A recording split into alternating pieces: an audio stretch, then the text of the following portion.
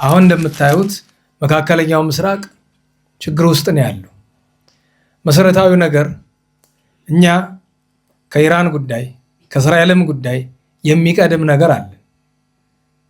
መቼም ሰው የራሱ ቁስል እያለ ሌላ ሰው ቁስል ለማከም አይሄድም። እኛ ወገኖቻችን ክርስቲያን ስለሆኑ ማይተብ ስላሰሩ ብቻ በየቀኑ ይገደላሉ። ግድያም አይነት ሞትም ጎዳና አለው። ወፍና ወይሆን ለሞት ዘእግዚአብሔር ውእቱ ይላል ቅዱስ ዳዊት። ስለሱ ሲጠይቁት አፍሪካ የሚያስፈልጋት እንደሱ አይነት ሰው ነው። እንደሱ አይነት ሰው ብዬ ስል አምባገነን ነው የሚያስፈልጋት ብሎ ይላል። አምባገነን ነገር ግን ሀገሩን የሚወድ የማይሰርቅ አምባገነን ነው የሚያስፈልጋት ብሎ ያምናል። እሱ እንግዲህ በስመ አብ ወወልድ ወመንፈስ ቅዱስ አሐዱ አምላክ። በስመ አብ ወወልድ ወመንፈስ ቅዱስ አሐዱ አምላክ። በስመ አብ ወወልድ ወመንፈስ ቅዱስ አሐዱ አምላክ አሜን። የአባቶቻችን አምላክ ቸርነት ባለቤት ቸሩ እግዚአብሔር ከዚህ ሰዓት ከዚህ ዕለት ያደረሰን ቅዱስ ስሙ የተመሰገነ ይሁን። እንዴት ዋላችሁ? እንዴት ሰነበታችሁ?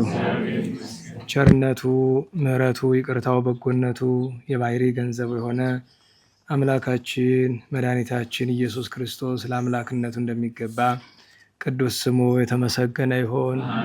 እመቤታችን ወላዲተ አምላክ ድንግል ማርያም፣ ቅዱስ መስቀል፣ ቅድስት ቤተ ክርስቲያን ያከበራቸው ቅዱሳን ሁሉ ስማቸው የተመሰገነ ይሁን። እንኳን አደረሳችሁ። ቸሮ አምላካችን ከቅዱሳን በረከት ከቅዱስ ዳዊት ሀብቱን ያሳድርብን። የቅዱስ ዳዊት መዝሙር 79 ቁጥር 1 እስከ መጨረሻው። ስብሐት ለአብ ወወልድ ወመንፈስ ቅዱስ ለዓለም ወለዓለመ ዓለም። ዮሴፍን እንደ መንጋ የምትመራ የእስራኤል ጠባቂ ሆይ አድምጥ። በኪሩቤል ላይ የምትቀመጥ ተገለጥ። በኤፍሬምና በብንያም በምናሴም ፊት ኃይልህን አንሳ፣ እኛንም ለማዳንና የኃያላን አምላክ መልሰን። ፊትህንም አብራ፣ እኛም እንድናለን። የኃያላን አምላክ ሆይ በባሪያ ጸሎት ላይ እስከ መቼ ትቆጣለህ? የእንባችንን እንጀራ አስትመግበናለህ፣ እንባችንንም በስፍር ታጠጣናለህ። ለጎረቤቶቻችን መነጋገሪያ ያደረግከን፣ ጠላቶቻችንን በላያችን ተሳለቁብን። የኃያላን አምላክ አቤቱ መልሰን። ፊትህንም አብራ፣ እኛም እንድናለን። ከግብፅ የወይን ግንድን አመጣህ፣ አሕዛብን አባረህ፣ እርሷንም ተከልክ። በፊቷም መንገድን ጠረክ፣ ስሮቿንም ተከልክ፣ ምድርንም ሞላች። ጥላዋ ተራሮችን ከደነ፣ ጫፎቿም እንደ እግዚአብሔር ዝግባ ሆኑ። ቅርንጫፏንም እስከ ባሕር ቡቃያዋንም እስከ ወንዙ ዘረጋች። አጥረዋን ስለምን አፈረስክ? መንገድ አላፊም ሁሉ ይበላታል። የበረሃ እሪያ ረከሳት፣ የዱር አውሬም ተሰማራባት። የኃያላን አምላክ ሆይ እባክህ ተመለስ፣ ከሰማይ ተመልከት እይም። ይህችንም የወይን ግንድ ይቅር በላት። በሰው እጅ ለአንተ ያጸናሃትን ቀኝ የተከላትን አጽንተህ አነሳሳት። በእሳት ተቃጥላለች ትነቅላማለች፣ ከፊትህ ተግሳጽም የተነሳ ይጠፋሉ። ለአንተ ባጸናው በሰው እጅ ላይ በቀኝ ሰው ላይ እጅ ይሁን። ካንተ ማንራቅ፣ አድነን፣ ስምህንም እንጠራለን። የኃያላን አምላክ አቤቱ መልሰን፣ ፊትህንም አብራ፣ እኛም እንድናለን። ስብሐት ለአብ ወወልድ ወመንፈስ ቅዱስ ለዓለም ወለዓለመ ዓለም። የአባቶቻችን አምላክ የዳዊት ፈጣሪ ቸሩ እግዚአብሔር ስሙ የተመሰገነ ይሁን፣ የተመሰገነ ይሁን። እግዚአብሔር ቢፈቅድ በዚሁ ንባብ በ7ኛ ቁጥር ላይ እንነጋገራለን። እግዚአብሔር ያደረበት የመንፈስ ቅዱስ ማደሪያ አባታችን ቅዱስ ዳዊት መንፈስ ቅዱስ በገና መሰንቆ አድርጎት እየተናገረበት ከእርሱ አስቀድሞ ስለነበረ ስለተደረገ ከእርሱ በኋላም ስለሚደረግ ስለሚሆን ነገር ተገልጦለት ሲያስተምር በዚህ ወገን ለመቃብያን በወዲያ ለትሩፋን እነሱን እያዘከረ ሲናገር ኖላዊሆሙ ለእስራኤል አጽም የእስራኤል እረኛቸው እግዚአብሔር ሆይ አንተ አድምጠን በሚል ጀምሮ ወተሳለቁ ላዕሌነ ጸላእትነ ጠላቶቻችን በእኛ ላይ ተሳለቁብን ይላል ቁጥር 7 ላይና እርሱን እንደ እግዚአብሔር ፈቃድ መነሻ እናደርጋለን። ዝክረ ቅዱስ ዳዊት ነው። የአድዋ ጦርነት የተካሄደበት ቤተክርስቲያን ሀገር ጠላትን ያሸነፉበት 130ኛ ዓመት መታሰቢያ ነው።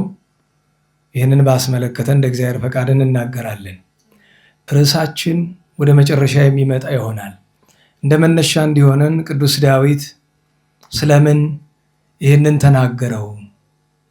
ኖላዊሆሙ ለእስራኤል አጽም የእስራኤል እረኛ የተባልክ፣ በሌላ አንቀጽ አያንቀላፋም የተባልክ፣ የመንጋው እረኛ የተባልክ አንተ እግዚአብሔር የእስራኤል ፈጣሪ አድምጠን፣ ቸል አትበለን። ዘይርእዮሙ ከመ አባግዓ ዮሴፍ እንደ ዮሴፍ መንጎች የሚጠብቃቸውን ዘይነብር ላዕለ ኪሩቤል አስተርአየ በኪሩቤል ጀርባ የሚኖር አንድም በኪሩቤል አድሮ የሚኖር እግዚአብሔር በረድኤት ተገለጠ ለጊዜው ለፍጻሜው ቢሉ ከእመቤታችን ከድንግል ማርያም ከስጋዋ ስጋ ከነፍሷ ነፍስ ነስቶ ሰው ሆነ ተገለጠ ይላል። ከዚያ ቀጥሎ አንስ ኃይለከ አቤቱ ኃይልህን አንሳ። ኃይልህን አንሳ ሲል ምን ሊል ነው ቢሉ ለማዳን ፈቃድ ይሁን ትረዳን ዘንድ ፍቀድ ሲል ነው። እግዚአብሔር ማንሳት ማስቀመጥ መሄድ መምጣት የለበትም፣ በሰው አማርኛ ነው። ወንድሃን አንተ እንዲያደረክ እንደሆነ እኛ እንድናለን፣ አንድም እንድንድን ኃይልህን አንሳ እያለ ይለምነዋል። ለምንድን ነው ቅዱስ ዳዊት ግዛት ሰፍቶለት ጠላት ተፍቶለት ሁሉ ተሰጥቶት እያለ አድነን የሚለው ከማን ነው ቢሉ ለጊዜው ለራሱ አይደለም፣ መቃብያንን ትሩፋንን እያሰበ ይህንን ይናገራል። መቃብያን ትሩፋን የደረሰባቸው መከራ ስላለ፣ ለፍጻሜው ግን አንስ ኃይለከ ብሎ የሚለው አንድያ ልጅህን መድኃኒታችንን ላክልን እና ከሞት ቁራኝነት ከዲያብሎስ ዳኝነት ከፍዳ ከመርገም አድነን እያለ በሐዘን ይለምነዋል። ይሄውም አልቀረ ልመናውን ተቀብሎ አምላክ ሰው ሆኖ አድኖታል። በብሉይ ኪዳን የነበሩትን ሁሉም አድኗቸዋል። ታዲያ እስራኤላውያን በጣም አስቸጋሪ ሰዎች ናቸው። ድሮም አሁንም ታስታውሱ እንደሆነ ከ3 ቀን በፊት ዓርብ ዕለት ስንማር ችግር ነበረ፣ ዳርዳር እያለ ነው ለጦርነት ብዬ ነበር አይደለም? በማግስቱ ተጀመረ። አሁን እንደምታዩት መካከለኛው ምስራቅ ችግር ውስጥ ነው ያለው። መሰረታዊ ነገር እኛ ከኢራን ጉዳይ ከእስራኤልም ጉዳይ የሚቀድም ነገር አለ። መቼም ሰው የራሱ ቁስል እያለ ሌላው ሰው ቁስል ለማከም አይሄድም።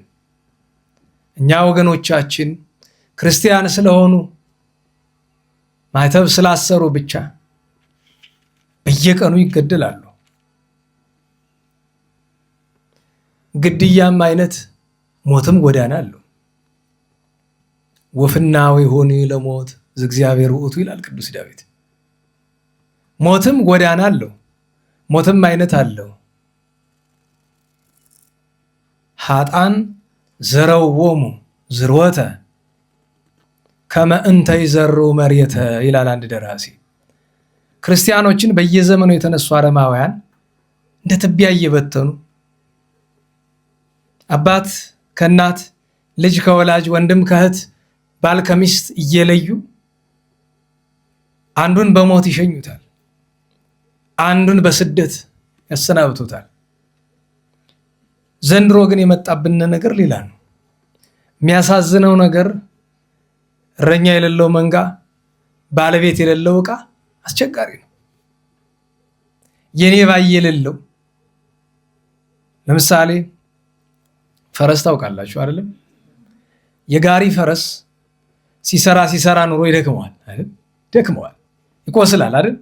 ያን ጊዜ ባለቤቱ አገልግሎኛል ልጥቀመው ላብላው ላጠጣው አይልም። ሰው አረመኔ አይደል? አውጥቶ ይጥለዋል። ሲጥለው ደግሞ እንዳይመለስ አረቆ ነው የሚጥለው። ያ እንደዛ ማለት ነው። በዚህ ዘመን ያለን አብዛኞቻችን ኦርቶዶክሳን እንደዛ ነን። አስራታችን አውጥተን በኩራታችን ሰተን የበሉ የጠጡ አውጥተው ጥለውናል። ባለቤት የሌለን እንደዚያ ሰርቶ አገልግሎ በዚህ ዘመን ምዕመኑ ነው። በነገራችሁ ላይ አነሰም በዛም ለቤተክርስቲያን ድቃቂ ሳንቲም የማይወረውር ኦርቶዶክሳዊ አለ የለም። ያገኛትን ነገር ይጠላል አይደል? ያገኛትን ነገር ከድህነቱ እና እኛ እንዲህ ያለ ችግር እያለብን ስለ ኢራን ግን እኛ እዚህ ችግር ስላለብን መካከለኛው ምስራቅ ያለው ነገር አይመለከተንም ግን ማለት አንችልም። ለምን? ገጠር የባላገር ቤት ብትሄዱ ከወንዝ ማዶ ጎጆ ሲቃጠል ቢያዩ ከወንዝ ወዲህ ያሉት ለማጥፋት ይሄዳሉ። ለምን? እሳት ወንዝ ማለፍ ይችላል? አይችልም። ነገር ግን እሳቱን የሚያመጣው ምንድን ነው? ነፋስ ነው። ቀን ይወስዳል እንጂ ያቺ እሳት እዚህ ትመጣለች ነው። እየሆነ ያለው ነገር ነገ እኛን ደጅ እንደሚያንኳኳ ስለምናውቅ ምንም ባናደርግ እንኳ ትንሽ ማሳሰቡ አይቀርም። ለምን በትሉት በቀደም እንዳልኳችሁ ስለ አዲሱ የዓለም አስተዳደር ስንነጋገር አጋንንትን ለማስመለክ ስለሚያስቡ የዓለም መንግስታት ስንነጋገር አንድ ነገር ብለናል። ዓለም ላይ ዲሞክራሲ የሚባል ነገር የለም፣ ውሸት ነው። አንድ አፍሪካዊ አክቲቪስት አለ፣ ስሙ አይያዝልኝም ብዙ ጊዜ እና ቃለ ምልልስ እየተደረገለት በጣም የታወቀ ሰው እኮ ነው። ስለ ትራውሬ የሚባል መሪ ታውቃላችሁ? ምዕራብ አፍሪካ ላይ ያለው ስለ እሱ ሲጠይቁት አፍሪካ የሚያስፈልጋት እንደሱ አይነት ሰው ነው። እንደሱ አይነት ሰው ብዬ ስል አምባገነን ነው የሚያስፈልጋት ብሎ ይላል። አምባገነን ነገር ግን ሀገሩን የሚወድ የማይሰርቅ አምባገነን ነው የሚያስፈልጋት ብሎ ያምናል እሱ። እንግዲህ እኛ አምባገነን ያስፈልጋል ብለን አናምንም። ግን ማሰብ ያለብን ነገር ዲሞክራሲ ማደንዘዣ ነው እንጂ ዲሞክራሲ የሚባል ነገር ዓለማችን ላይ ኑሮ አያውቅም። አሁን እንዲህ ብዬ ስል ብዙ ሰው ይሄን ሲሳብ በተለይ ይሄ ዝም ብሎ ቅራቅም በኋላ አንዳንድ ሰው በቃ ያነበባት ነገር በሙሉ ሀቅ ናት ብሎ የሚያምን ሰው አለ። ዲሞክራሲ ዓለም ላይ ኑሮ አያውቅም ማለት ዲሞክራሲ ተብሎ የተማርነው ነገር አለ አይደል? እንዴት ዋላችሁ? ምንድነው የሚሏችሁ በእንግሊዝኛ from the people ይላሉ አይደል? ዲሞክራሲ ምንጩ ከማን ነው አሉ? መጀመሪያ ዲሞክራሲ ራሱ ጽንሰ ሐሳቡ ጸረ ክርስቲያን ጸረ ሃይማኖት ነው። by the people to the people ይላሉ አይደል? ከህዝቡ በህዝቡ ለህዝቡ ይሁን ነው አይደለም? እንደዛው ነው ያውቃል። በነገራችሁ ላይ ሶቅራጥስ የሚባል ፈላስፋ ታውቃላችሁ? አታውቁ? እዚቻችሁ አይደል? መታወቀው ታውቃላችሁ አይደል? ሶቅራጥስ ለሞት የበቃበት ምክንያት ምንድን ነው? በዘመኑ አዲስ ነገር ነው አለ። በግሪክ ዲሞክራሲ ምናምን የሚባል ነገር። በነገራችሁ ላይ ዲሞክራሲ ቁጥር አንድ ተቃዋሚ እሱ ነበር። የጽንሰ ሐሳቡ ራሱ እሱ የተቃወመበት የራሱ ምክንያት አለው። አሁን ዝርዝር ውስጥ አንገባም። ግን ስታስቡት ለምሳሌ አሜሪካ በአካፋ የምትባል ዲሞክራሲ በአካፋ የምትባል አሜሪካን አለቻል። አሜሪካን ውስጥ ከተመሰረተች ጀምሮ ዲሞክራሲ ኖሮ አያውቅም። በቀጥታው እንነጋገር ከተባለ ለምሳሌ ፕሬዚዳንቱን የሚመርጠው ህዝቡ ነው ይባላል አይደለም? ህዝቡ የሚመርጣቸው ሌሎች ተወካዮችን ነው አይደለም? እነዛ ናቸው አይደለም? ፕሬዚዳንቱ የሚመርጡት ደግሞ በዛ ቁጥር በየስቴቶቹ ቁጥር አለ። በነገራችሁ ላይ ትንሽ ውስብስብ ነው። ግን አነሰም በዛም እንዴት ዋላችሁ? የፈለገ ምርጥ ሐሳብ ቢኖር አሜሪካን ውስጥ ሪፐብሊካን ወይ ከዲሞክራት ውጭ ነው መመረጥ ይችላል። ሆኖ ያውቃል። እሱ ብቻ አይደለም፣ ከፕሮቴስታንት ውጭ ነው እንኳን መመረጥ ይችላል። አሜሪካን ውስጥ ከፕሮቴስታንት ያልሆኑ ሁለት መሪዎች ናቸው የነበሩት። ሁለቱም በሞት ተሸኝተዋል። አንዱ የምታውቁት ነው፣ ጆን ኤፍ ኬኔዲ ነው። በጥይት በአደባባይ ተመትቶ የተገደለው ማለት ነው። አሁን ስለዛ ፖለቲካ ልገባ ፈልጌ አይደለም። አነሰም በዛም ግን ዓለም ላይ የትም ሀገር ዲሞክራሲ በሚባለው በተማርነው ልክ ጽንሰ ሐሳቡ የትም ቦታ የለም። ሁለት ነገር ነው ያለ ዓለም ላይ። አንደኛ የጉልበተኞች ሕግ ነው ያለ። ሁለተኛ ደግሞ ዲሞክራሲ በሚል ስም የሆነች እንትን አለ አይደለም። በነገራችሁ ላይ አንድን ከብት ነው ያልኳችሁ። ከብት ታውቃላችሁ አይደለም? አንድን ከብት ደህና ነገር ሳታብሉት ጨው ታውቃላችሁ አይደል? ጨው እየላሳችሁ የፈለጋችሁበት ትወስዱታላችሁ። ዲሞክራሲ የሚለው ቃል በዛ ዘመን እኛ ከብት ስለሆነ አብዛኛው የዓለም ሕዝብ እንደ ከብት ስለሆነ የምናስበው ወደ ነዱን ስለሆነ እንደዛ ነው። ማላሻ ናት እንጂ አንድ ታዋቂ ሰው እንዳለው there is no democracy የለም፣ ስሙ ነው ያለ። ተውትና እኛ ሀገር እንኳን ምንድነው የኢትዮጵያ ፌዴራላዊ ዲሞክራሲያዊ ሪፐብሊክ ይላል። ዲሞክራሲ አፍ ቢኖረው ጨርቁን ጥሎ ያብዱ ነበር አይደለም? ኑሮ ያቅም ኢትዮጵያ ውስጥ ዲሞክራሲ እንዲያው እንኳን ጽንሰ ሀሳቡ ሳይሆን እንዲያው ሌላ ሀገር እንኳን እንዳለችው ማላሻው ያክል እንኳን የለችም። እችን ስለተናገርኩ ራሶችን ቢያይ አንዱ ማለት ነው ይታሰር ይቆረጥ ነው የሚለኝ። ኑሮ ያቅማ ዲሞክራሲ በመነጋገር አናምንም። ሌላውን ተውትና እንኳን በአስተዳደር ደረጃ ያሉት እዚህ ያለን በመነጋገር እናምናለን አናምንም። የሆነን ሰው ስህተቱን ብትነግረው ቢችል ይሰድባል አይደል? ካቃተው ምንድነው የሚያደርግ? ድንጋይ ያነሳል። አለቀ። ትልቁ ችግር አንተ ድንጋይ ነው የምታነሳ፣ እኔ ድንጋይ ነው የማነሳ። ስልጣን ያለው ግን ሌላ ነገር ነው የሚያነሳ። ችግሩ እሱ ነው። አየህ፣ እኛ በድንጋይ ነው የምንጨርሰው፣ እነሱ በድንጋይ አይደለም። አይጣልም። እና ለሁሉም አነሰም በዛም የትም ቦታ እኛ ሰቆቃ አለብን። ኦርቶዶክሳውያን ኢትዮጵያውያን መከራቸውን እያዩ ነው። ነገር ግን አነሰም በዛም እኛ መከራ ስላለብን ቤቴ መከራ ስላለ ጎረቤት አላዝንም ይባላል አይባልም። እዛም ያሉት ሰዎች ናቸው። ህፃናት ለምን ይሞታሉ? ለምን ይገደላሉ? በዛ ላይ ደግሞ እንዲያው ዘመድ እንቁጠር ከተባለ እንኳን አነሰም በዛም የትም ሀገር ኢትዮጵያውያን አሉ። ኢራን ውስጥ ብዙ ኢትዮጵያውያን አለ። በነገራችሁ ላይ አይመስላችሁም? አለ። እስራኤል ደግሞ የበለጠ ብዙ አለ። መካከለኛው ምስራቅ ያሉ አሁን የኛ እንኳ መደበኛ ተማሪዎች አሉ አይደል? ምክንያቱም የኢራን ጥቃት እየተላከባቸው ሚሳኤሎቹ እና ድሮኖቹ እየተላከባቸው ያሉት ለምሳሌ ሳውዲ አይደል? ሳውዲ የኛ ሰዎች አሉ አይደል? ዩናይትድ አረብ ኤሚሬትስ በልማድ ብዙዎቻችሁ ዱባይ የምትሉት ከተማ ናት። ዱባይ አንዷ ከተማ ነች። ከዛ ባህሬን አለች አይደለም? ከዛ ካታር አለች አይደለም? የሚገርመው ነገር ከሁሉ ኒውትራል ነው የምትል ኩዌትም አልቀረላትም አይደለም? ከዛ ደግሞ አስታራቂ ነኝ ብላ በአሜሪካና በኢራን መካከል ገብታ የነበረችው ደግሞ ኦማን አለች አይደል? እሷም አልቀረላትም። ከዛ ደግሞ የት ነው? ሊባኖስ። አሁን ዛሬ ሊባኖስ ላይ ሚሳኤል ሲተኮሷል አይደለም? ኢትዮጵያውያን አሉ እዛም። እንዲያው ዘመድ እንኳን በዘመድ እንኳን ንዘን ከተባለ የትም ቦታ ቢሆን አስፈላጊ አይደለም። ጦርነት ከባድ ነገር ነው እና እግዚአብሔር መጀመሪያ የኛን በዚህ በሃይማኖታቸው ምክንያት በግፍ የሚገርማችሁ ነገር የኛ የሚከፋውን መሰላችሁ። ኢራን ቢተኮስባት የሚጮህላት አለ። ለምሳሌ ፓኪስታን ውስጥ ተቃውሞ ሰልፍ የ2 ቀን ሆኖ አይደለም 20 ሰው ተገሏል። ለምን ኢራን ነካችሁ ብሎ ሰላማዊ ሰልፍ የሚወጣ እዚህ ግን አረሲም በለው የትም በለው ኦርቶዶክሳዊ ሲገደል እንኳን ይቅርና የሌላ ሀገር ዜጋ የኛ ሀገር ኦርቶዶክሳዊ ትዝም አይለንም። አያችሁ፣ እስራኤል ብትነካ አሜሪካ አለላት። ኢራን ስትነካ ብዙ አጋዥ አላት። ሌላውም ሲነካ ሁሉም አለው። የኛ ግን የለንም፣ ዘመድ ብዙ የለንም። እግዚአብሔር ነበረ ዘመዳችን። ነበረ ያልኩት ለምንድን ነው? ትተህ ነው።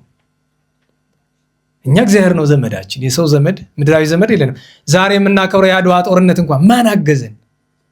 እገሌ የሚባል ያገዘን አለ? የለም እኮ። ግን አባቶቻችን ፈሊጥ ስለሚያውቁ ማንን ያዙ? እግዚአብሔርን፣ እመቤታችንን፣ ቅዱሳንን ያዙና አሸነፉ። የማይገመት ነገር ማለት ነው።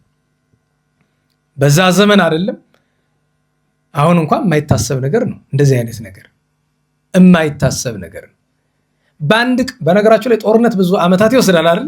ዓመታት አይደለም፣ ወራትም አይደለም፣ ሳምንታትም አይደለም፣ ቀናትም አይደለም፣ ኢቭን አንድ ቀንም አይደለም የወሰደው። ጦርነቱ እኮ 3 ሰዓት ወይ 4 ሰዓት ነው፣ እዛ በላይ አልወሰድም።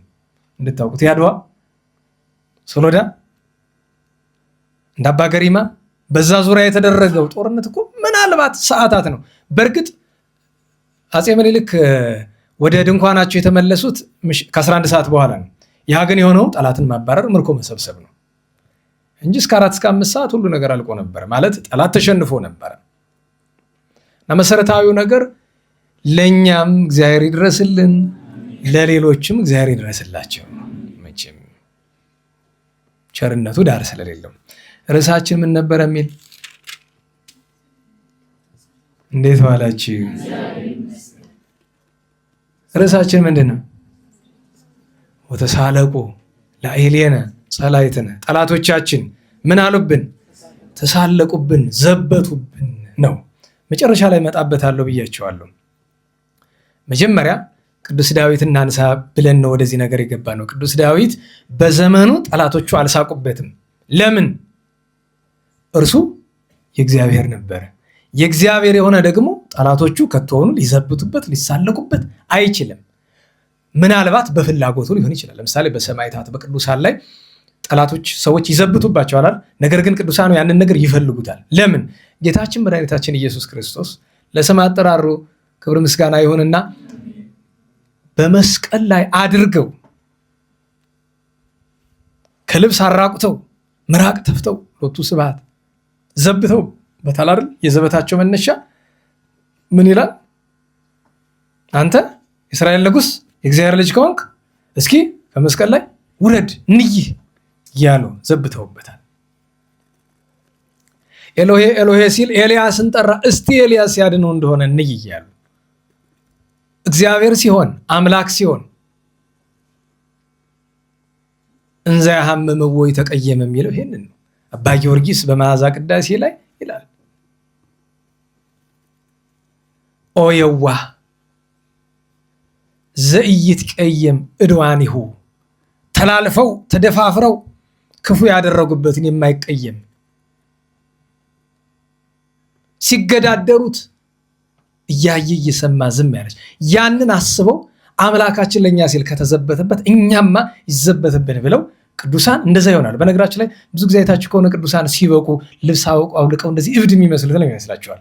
እንዲናቅባቸው እንዲዘበትባቸው ነው። አቡነ አብየ ጊዜ በመንገድ ሲሄዱ ሽፍታ ልብሳቸውን ሲቀማቸው ወዲያውኑ ካፋቸው የወጣ አንድ ቃል ነው አይደል? ምን አሉ? ጌታዬ ኢየሱስ ክርስቶስ በመስቀል ላይ በሁለት ሽፍቶች መካከል ራቁትህን መቆምህን አስባለሁኝ።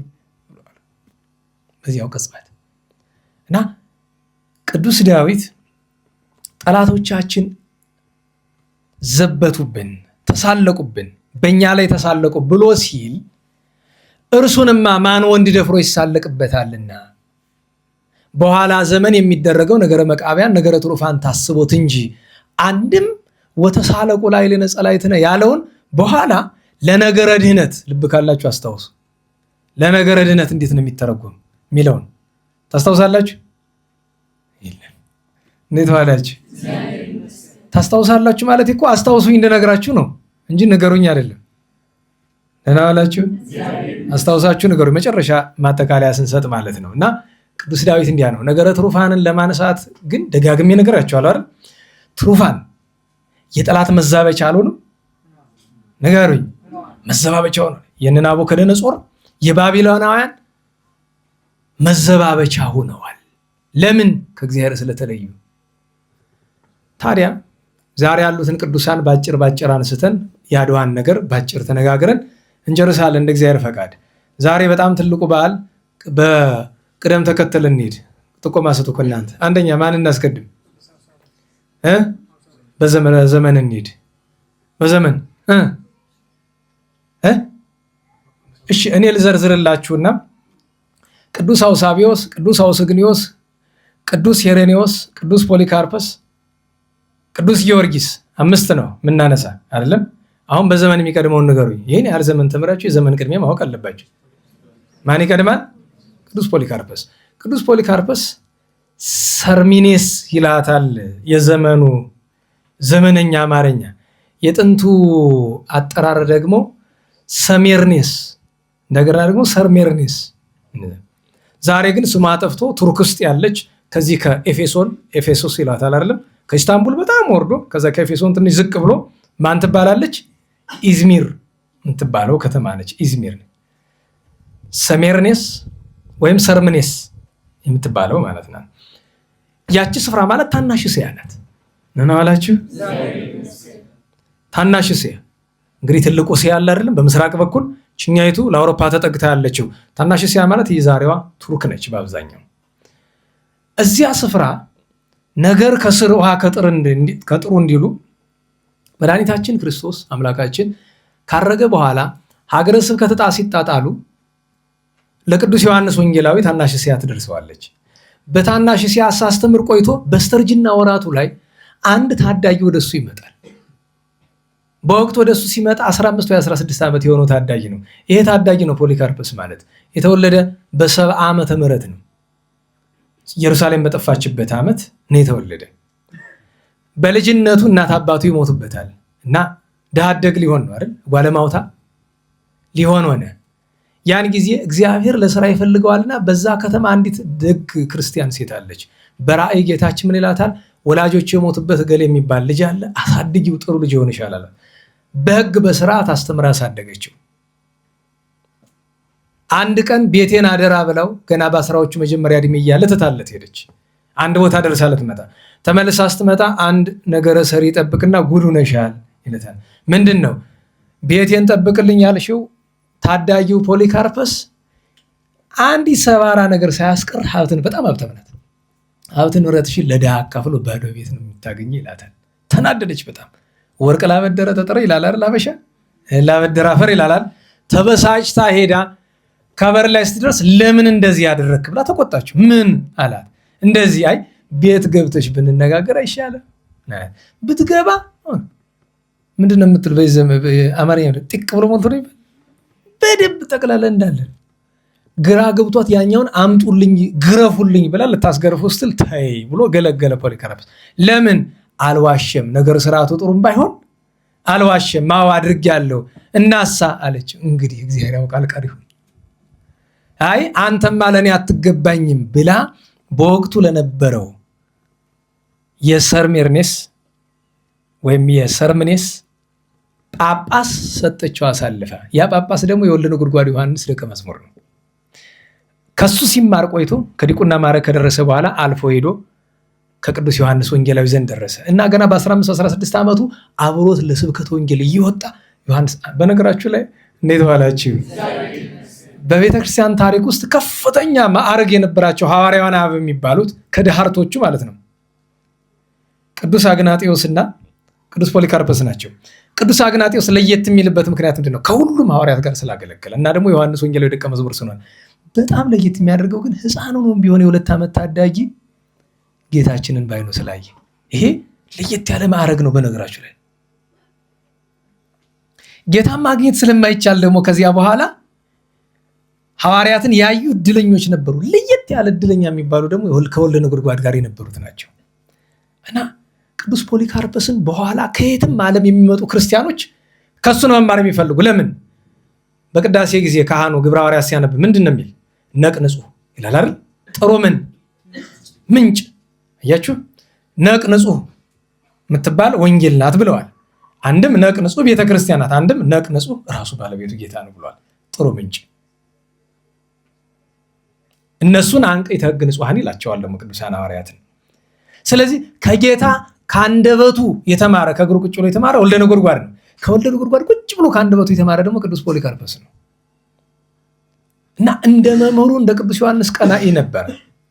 ዮሐንስ ወንጌላዊ ከማረፉ በፊት ነው ጵጵስና ይሾመው ይባላል። ከዚያ በኋላ እስከ ጵጵስናው 40 ዘመን ቆይቷል። በቅስና እስከ 40 ዘመኑ ቆይቷል። ከዚያ በኋላ ለ46 ዘመናት ያክል በጵጵስና አገልግሏል። ከባዱ ነገር ምን መሰላችሁ? እንዴት ዋላችሁ? ቅዱስ ፖሊካርፐስ እጅግ የተመሰገነ ሐዋርያ ነው። የማይፈራ ነው። መምህሩን የሚመስል ነው። ዮሐንስ ወንጌላዊ የሚመስል ነው። በምን ይመስለዋል? በንጽህና በድንግልና። በምን ይመስለዋል? በቅንዓት መንፈሳዊ። ዮሐንስ ወንጌላዊ በጣም የፍቅር ሐዋርያ ነው። በጣም የፍቅር ሐዋርያ አይደለም የሚባል ደግ ነው። በአምላካችን ሲመጡበት ግን ችግር ነው እና ያ ዘመን አስጨናቂ ነው። ለምን?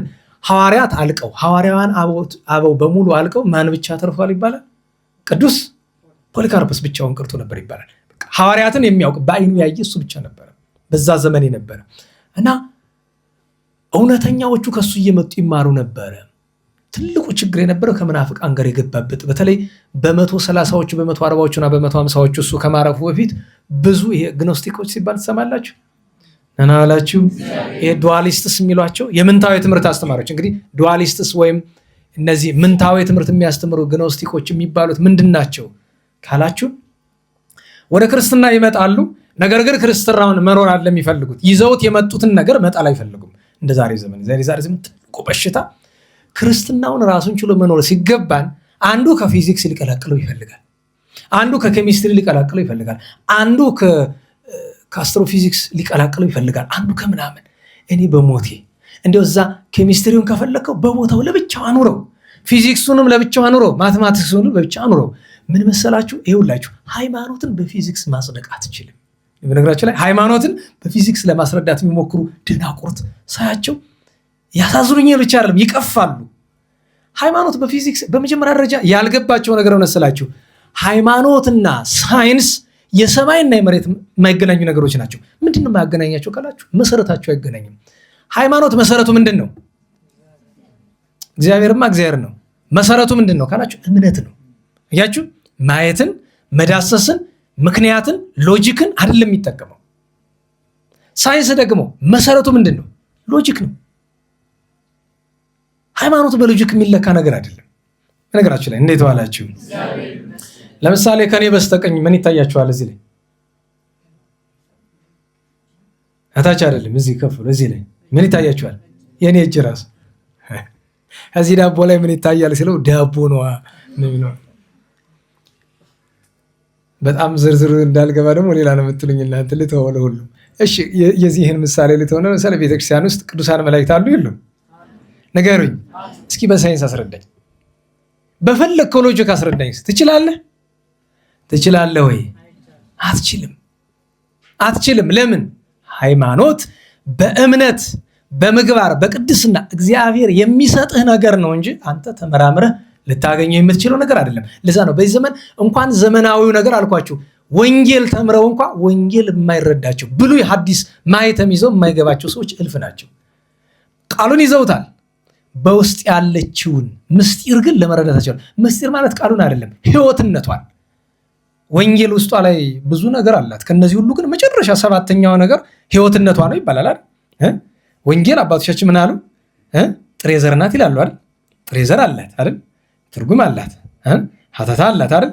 ታሪክ አላት፣ ትርጉም አላት አይደል? እዚያ ምስጢር አላት፣ መጨረሻ ምን አላት? ህይወት አላት። ሰው ሁሉን ተረድቶ ህይወቱን ካልተረዳ ወንጌልን ምድራዊ ነገር አደረጋት ማለት ነው። ህይወቱ ላይ ካልደረሰ፣ ህይወቱ ላይ የደረሰ ደግሞ 0.ምናምን% ብቻ ነው በዚህ ዘመን 0.ምናምን%። አልገባንም። አቧቦ መባል ነው መፈልግ እንደዚህ ትሉ እንዴት ብሉይ ስንት መከራዬን አይቼ እንደዛ አይደል እንተ መከራዬን አይቼ ስንት ብሉይ ተምሬ አዲስ ተምሬ ምን አገባኝ ደንቆሮ አላልኩ ብያለሁ። እውነቴን ነው። እንዲህ ያለው ሰው እኮ ደንቆሮ የሚባል እውነት ወንጌል ብትገባው ሲነገረው ምንድነው ማለት ያለበት? እውነት እኮ ነው አልገባኝም ነው አይደል? እውነቴን ነው። እዚህ በፊት ነግሬያችኋለሁ አይደለም? የእንታ በጽሐን በጣም ከማከብርበት ምክንያት አንዱ የአራት ጉባኤ መምህር ሆነው ተመርቀው የሆነ ጥያቄ ጠይኳቸው። አላውቀውም ማለት ምንም መሰቀቅ አልነበረባቸው። አላውቀውም። በነገራችሁ ላይ ከእሳቸው ትምህርት ውስጥ ያለ ነገር አይደለም። ከአራት ጉባኤያት ያለ ሳይሆን የሃይማኖት ጉዳይ ሆኖ ግን ሁሉ ነገር አራት ጉባኤ ውስጥ አይገኝም መቼም እንደምታውቁት። አንገታችሁን ነቀነቃችሁ አራት ጉባኤ ታውቃላችሁ እንደ እሳቸው ይበሉኝ እንጂ ከተማሩት ትምህርት ቢሆን ሊያስነቅፍ ይችላል። ግን ከዛ ውስጥ አይደለም ነገሩ። ግን መንፈሳዊ ነገር ነው።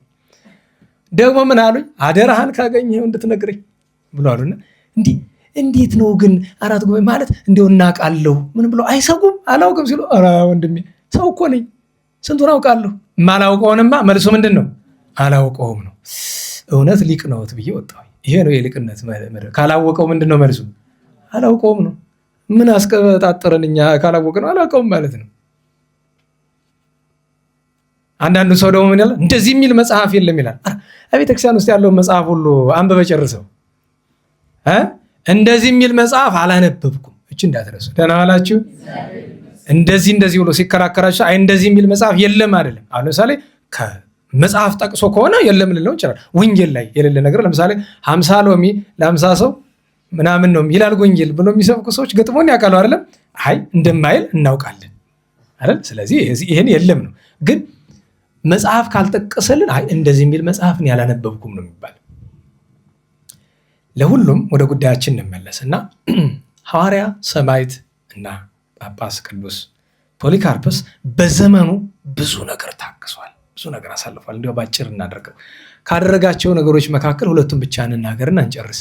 አንደኛው ነገር በዚህ በሃይማኖተ አበው ኃይለ ቃል ላይ ያለ አይደለም እና ደግሞ በዚህ በመቅደመ ባሕር ሐሳብ ላይ ትንሣኤ ከዕለተ ሰንበት በቀር እንዳይለው አርካዎስ ላይ አይደል ያለ እሱ ውሳኔ ሲወሰን ቅዱስ ፖሊካርፐስ ነበር። እሱ በተገኘበት ነው ሮም ላይ ይሄ ውሳኔ የተወሰነው። ሐዋርያት ናቸው የተናገሩት። ያቺ ግን በአርካዎስ ላይ ሃይማኖተ አበው እንግዲህ አርካዎስ እንደያገላለጡ ነውና እዚያ ላይ ያለችው ሲወሰን እሱ ነበረ።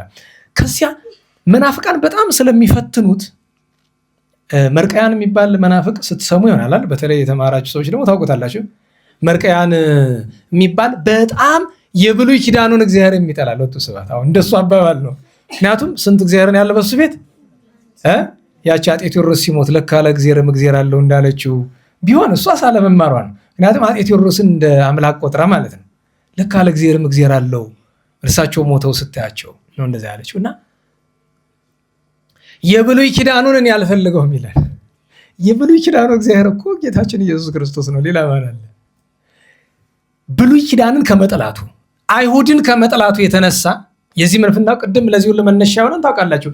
ግኖስቲሲዝም ሲባል የምንታዊ ትምህርት ማለት እንደሆነ የያዙትን የግሪክ ፍልስፍና ይዘው መጥተው ከክርስትና ጋር አብሮ መኖር አለበት ብሎ ለማስማማት ሲሞክሩ ነው ምንፍቅና። ከዛ በኋላ በነገራችሁ ላይ እነዛ ሁሉ የምታውቃቸው እነ ዲያድርስ፣ እነ ጳውሎስ ሳምሳጢ፣ እነ ሉቅያኖስ፣ እነ አሬዎስ ይሄ ሁሉ የዛ ምንጭ ነው።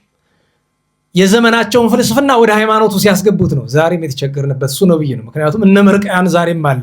ስማቸው ሌላ ነው እንጂ እነ መርቀያን ዛሬም አሉ። ፍልስፍናን ከሃይማኖት ውስጥ ለማስገባት የሚፈልጉ ሰዎች ተርታ ፍልስፍናን ማለት ነው። ፍልስፍና ምንድነው የሚባለው? ቤተክርስቲያን ምኑን ነው የሚባለው? የተናቀ ነገር ነው። ቁም ነገር አይደለም ፍልስፍና በሃይማኖታችን። እና ይሄ ሰውዬ ጥላቻውን መግለጫ ነገር ቢያጣ ምንድን ያደረገ? ቅዳሜን ስራዬ ብሎ ይጦም ነበር ይባላል። እና አይደል የቅኔ ተማሪ ቅዳሜ ቀን ዙሩ ለምኑ የሚዘከረው ሰው አጥቶ ተመልሶ መጥቶ ማታ በመምህሩ ፊት ምን ብሎ አቀረበ ይባላል። እንግዲህ ቤትነቷ ዜማ ልኳ ምናምኗን እናንተ ወቁባት፣ ግን እንደዚሁ ነው የምናውቃት። ለሰንበትህ ንጸውማ ከመዘረቡ ዕለት መርቀያን በአመፃ ወአነ በንዴት አለ ይባላል። እኔና መርቀያን ቅዳሜን ልክ እንደ ሮብ ነው የጦምናት። እሱ በአመፀኛነቱ ነው፣ እኔ ግን ቸግሮኝ ነው ዳውኝ ነው የሚዘክረኝ አጥቼ ነው አለ ይባላል። እና አንድ ቀን መርቀያን ተማሪዎቹን መቼስ ክፉም ተከታይ ያለው አይደል? እንዲያውም ብዙ ተከታይ ክፉ ነው ያለው አይደል? ቅዱስ ፖሊካርፖስ ደግሞ ደቀ መዛሙርት ሲሄዱ መንገድ ላይ ተገናኙና ሰላም ሳይለው አለፈ። ለምን? ዮሐንስ ወልደ ነጎድጓድ ደቀ መዝሙር ነው። ምን አለ ዮሐንስ ወንጌላዊ በሁለተኛው ዮሐንስ ላይ ወባሃይ ጥቀ ይተበልወሙ መናፍቃን ስታገኙ ምን አትበሉ አለ? ሰላም አትበሉ እኮ ይላል መጽሐፍ። አትሙረጥረጥ፣ ኮምፕሮማይዝ አደርጋለሁ አትበል። ኮምፕሮማይዝን ተረጎምንልህ። ወዲያ አትበል። ሚዲየተር ነኝ አትበል። በሃይማኖት ጉዳይ ሚዲየት ማድረግ የለም። የቸገረን እኮ እሱ ነው። ከዛ ፖሊካርፐስ አላወከኝም ብሎ ሲሉ አውቃለሁ እንጂ አንተ የሰይጣን የበኩር ልጁ አይደለህ? ሰው ፊት ማለት ነው። ታዲያ ይህን ትሰማና ፖሊካርፐስ ተሳደበ ትላለህ። እሰይ ደግ አደረገ። እንደዛ የሚባሉ ሰዎች አሉ። በነገራችሁ ላይ ከቅዱስ ዮሐንስ የተማሪዎች አሉ። ለምሳሌ ቅዱስ ጳውሎስ በግብረ ሐዋርያት ምዕራፍ 13 ላይ ምን አለ? በርያሱስን በጥንቆላ ስሙ ኤልማስ የሚባለውን በርያሱስን ሲያገኘው ምንድን ያለው? ኦምን ወልዱ ለማን? ለሰይጣን። እያችሁ አንተ የሰይጣን ልጅ ብሎ ቅዱስ ጳውሎስ ብሎታል። እንዲህ ስላችሁ እናንተ እንደዚህ ብላችሁ ተሳደቡ አይደለም። አስተማሪ የሆናችሁ እንደሆነ ግን ቦታ አለው እንደዛ የሚፈቀድበት። ገብቷችኋል? እንዴት ዋላችሁ? እናንተ ሰው እንደዚህ ብላችሁ ብትናገሩ ከፍተኛ ንስሐ ያስፈልጋል። እና ለራስ መብት እየሰጠ ነው። እኔም በግል ብናገረው አሁን ንስሐ ያስፈልገዋል። እዚህ ግን ቦታ ግን አለው። ያንን እንለየዋለን። እኛ አንስም በዛም ብንረባም ባንረባም እንለየዋለን። ይሄ መለያው ነው። ኋላ መጨረሻ ላይ ለየት የሚያደርገው የዚህ ቅዱስ ተከሶ በሮም መንግስት በቄሳሮቹ ተከሶ መከራ ሲቀበል እያንዳንዷን ነገር ልቅም አድርጎ ጌታችን ያደረጋትን አድርጓል። ጌታችን እኔን ምሰሉ ብሎ ከኔ ተማሩ ብሎ የለ። ለምሳሌ የሚይዙት ሰዎች መጥተው እሱን አሳዩን እያሉ ደቀ መዛሙርቱን ሲደበድቧቸው ወጥቶ ማንን ፈልጋችሁ ነው? ጌታችን ወጥቶ መነታስስ ብለን ማንን ፈልጋችሁ ነው? አንተን ነው እንጂ ማንን ፈልጋለን ብለው ይዘውት ሄዱ። በአህያ ተጭኖ ነው ሄደ። ከዚያ ደርሶ ሲናገሩት ያ ሁሉ ክስ ሲቀርብበት ምንድነው ያለ? መጨረሻ ላይ ለጣዖት ስገድ ክርስቶስን ካር ተብሎ ሲባል አንዲት ኃይለ ቃል ተናገረ። 86 ዓመት ጌታዬ ኢየሱስ ክርስቶስን አምልኬዋለሁ እስከ እርጅና ድረስ፣ አሁንም በስሙ ደስ ብሎኝ ነው የምሞት፣ ይህን አላደርገውም አላቸው። ለአንበሳ ይጣል ተባለ፣ ከመሃል ላይ አንዱ ተነስቶ አንበሶቹ ደክሟቸዋል አሁን አይወጡም አለ። በእሳት ይቃጠል ተባለ። እሳት አንድደው እሳቱ ላይ ያስቀመጡት። እሱ እየጸለየ እሳቱ ነዶ አለቀ። ምንም አልሆነም። መጨረሻ ፍርዱ ምን ሆነ? በጦር ወጉት ተባለ። በጦር ወግተው ገደሉት። ከገደሉት በኋላ ደቀ መዛሙርቱ ሊያነሱት ሲሉ የለም እነዚህ ክርስቲያኖች እኮ ምክንያቱም በረከት አይደለ የለም እንዳያገኙት ብሎ በእሳት አቃጠሉት። አስከሬኑን ቅዱስ ስጋውን በእሳት አቃጠሉት። አቃጥለው አስፈጩት። አስፈጭተው ከአፈሩ ላይ ለወሱት ይባላል። ግን ምዕመናን ያንንም ወስደውታል። ቅዱስ ሰው ፖሊካርፕስ ማለት ይሄ ነው። ሐዋርያ፣ ሐዋርያዊ አባት፣ ጳጳስ፣ ሰማዕት፣ ንጹሕ እና ጌታችን ወደ 3 ጊዜ ያክል ተነጋግሮታል ይባላል። ደም ሰማዕትነት ሊቀበል ሲል ከጌታችን ከላይ ከደመና ድምፅ አሰማው። 3 ጊዜ ስሙን ጠርቶ ጽና፣ ይዞ በርታ ብሎታል ይባላል። እግዚአብሔር በረከቱን ያሳድርብን። ሰዓቱ እንዲያው ትምህርቱ ሳይጀመር ይሄ ሰዓት አሁን 40 ደቂቃ በምን አልፎ ነው ሄደ። ኧረ ቸሩ መድኃኒዓለም። እሺ እንቀጥል። አዎ ባትል ዜት ይቀርልሃል። ሁለተኛ አምጣ። ቀጥሎ ማንን እናንሳ? ሄሬኔዎስ። እሱን በሌላ ጊዜ ነሐሴ ላይ እናነሳዋለን። ሄሬኔዎስ ማለት የኤዶም ማለት አሁን ፈረንሳይ ውስጥ ያለች ሊዮን የምትባላለች አይደል? የእሷ ጳጳስ የነበረ የቅዱስ ፖሊካርፐስ ደቀ መዝሙር የነበረ ነው አለ። በሃይማኖተ አበው ድንቅ አባባል አለ። ይቤ ቅዱስ ሄሬኔዎስ ምንድነው የሚለው? ኤጲስቆጶስ ዘኤዶም ረድኦሙ ወተላዊ ሆሙ ለሐዋርያት። እንደዚህ የሚለው የማን ተከታይ ስለሆነ ነው? የቅዱስ ፖሊካርፐስ። ኋላ ጥቅስ ናት። በጣም እንዲያው ሰባኪ እዚህ እሳቸው አንድ ብቻ ነው ያሉኝ፣ ሌላ ቢኖር በጣም ኃይለኛ ጥቅስ ናት። የመጀመሪያው ቅዱስ ሄሬኔዎስ። በነገራቸው ላይ የጥንቷ ቤተክርስቲያን የምታስተምረው ትምህርት 100% ዛሬ የኢትዮጵያ ኦርቶዶክስ ተዋሕዶ ቤተክርስቲያን የምታስተምረውን መሆኑን ማወቅ ከፈለጋችሁ የቅዱስ አግናጤዎስን፣ የቅዱስ ፖሊካርፐስና የቅዱስ ሄሬኔዎስ እነዚህ ማለት እንግዲህ ከጌታ ዕርገት ከጥቂት ዘመናት በኋላ የነበሩ ሐዋርያትን በአካል ያዩ ቅዱሳን ናቸው አይደል? ትምህርታቸውን ተመልከቱ። ምን አለ? ኦሪት ወነቢያት ወንጌል ሰበኩ በክርስቶስ ከመውቱ ተወልደ እምድንግል። ኦሪትም ነቢያትም ወንጌልም ስለማን ነው የሚናገሩት? ስለ ክርስቶስ መድኃኒታችን ከማን እንደተወለደ ከድንግል እመቤታችን ማርያም። ሄሬኔዎስ ማለት ይሄ ነው። ሰማዕት ነው። እሱም በኋላ ቅዱስ ፖሊካርፐስ ከተሰዋ ከ40 ምናምን ዓመት በኋላ እሱም ተሰውቷል፣ ሰማዕትነት ተቀብሏል። እሺ ቀጥሎ በጊዜ ተከተል ከሆነ ቅዱስ ጊዮርጊስን የሚመጣ ግን ጊዮርጊስን ወደኋላ እናቆይና ቅዱስ አውሳቢዮስን ነው። አውሳቢዮስ ሲባል በዚህ ስም የሚጠሩ ብዙ ክፉዎችም አሉ፣ ደግሞ በጎዎችም አሉ። እንዴት ዋላችሁ? አውሳቢዮስ ብለው ዘቂሳርያ ካሏችሁ መናፍቅ ነው። የለዩ ደህና ዋላችሁ?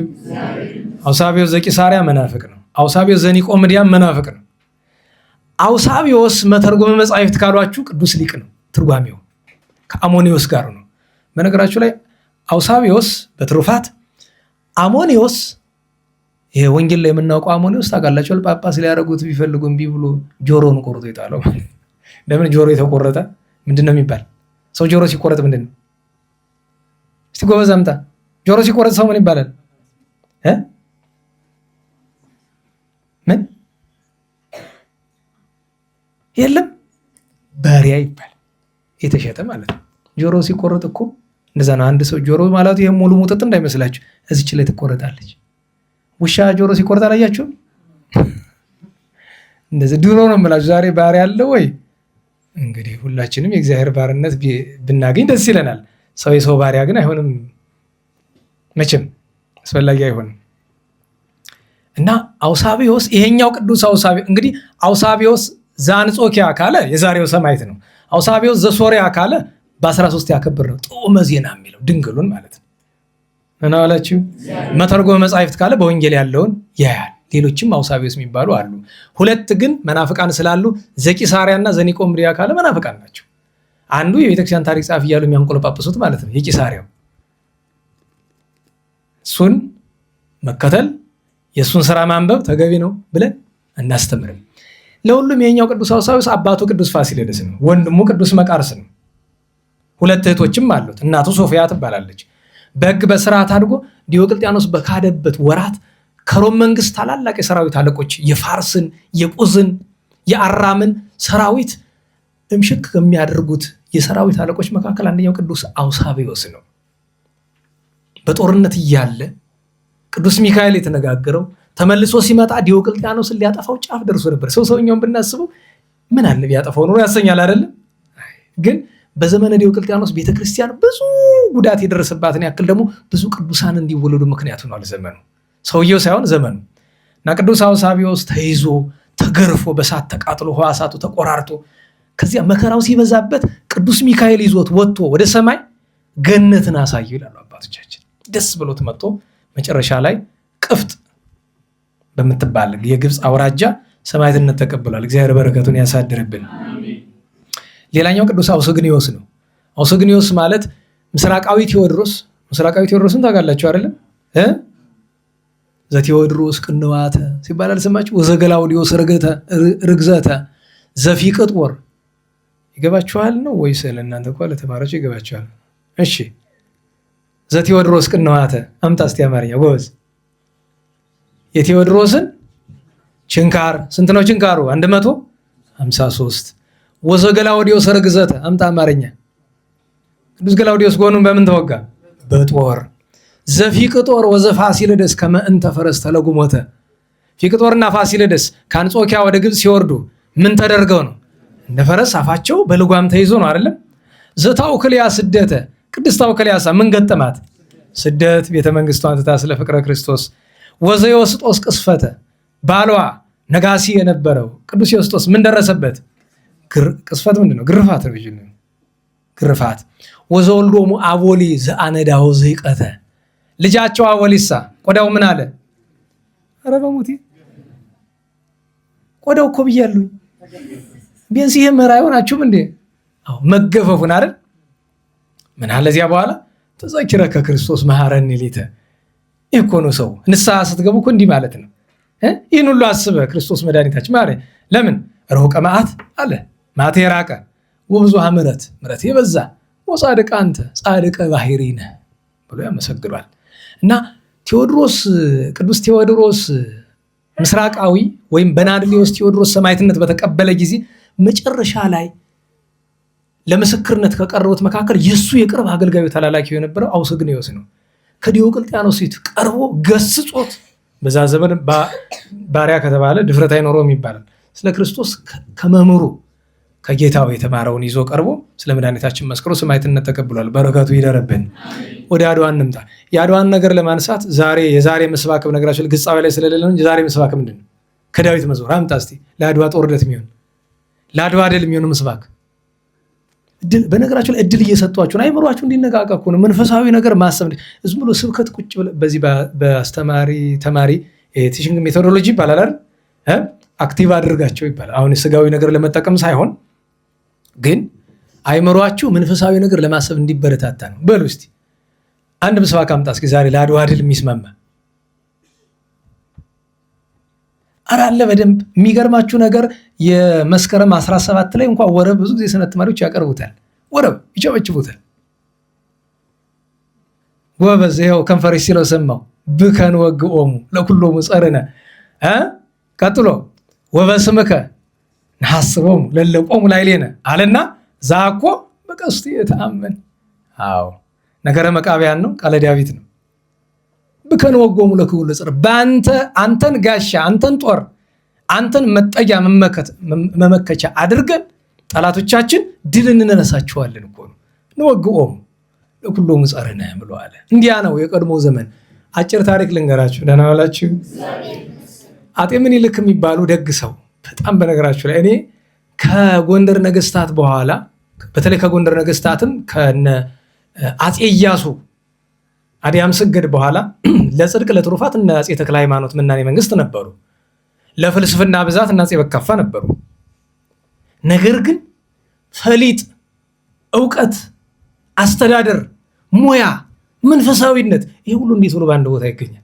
እኔ በነገራችሁ በጣም ነው የሚገርመኝ። የአጼ ምኒልክ ሰብዕና ለየት ያለ ነው። ለዚያ ነው ጋኔን በጣም ነው የሚጠላቸው።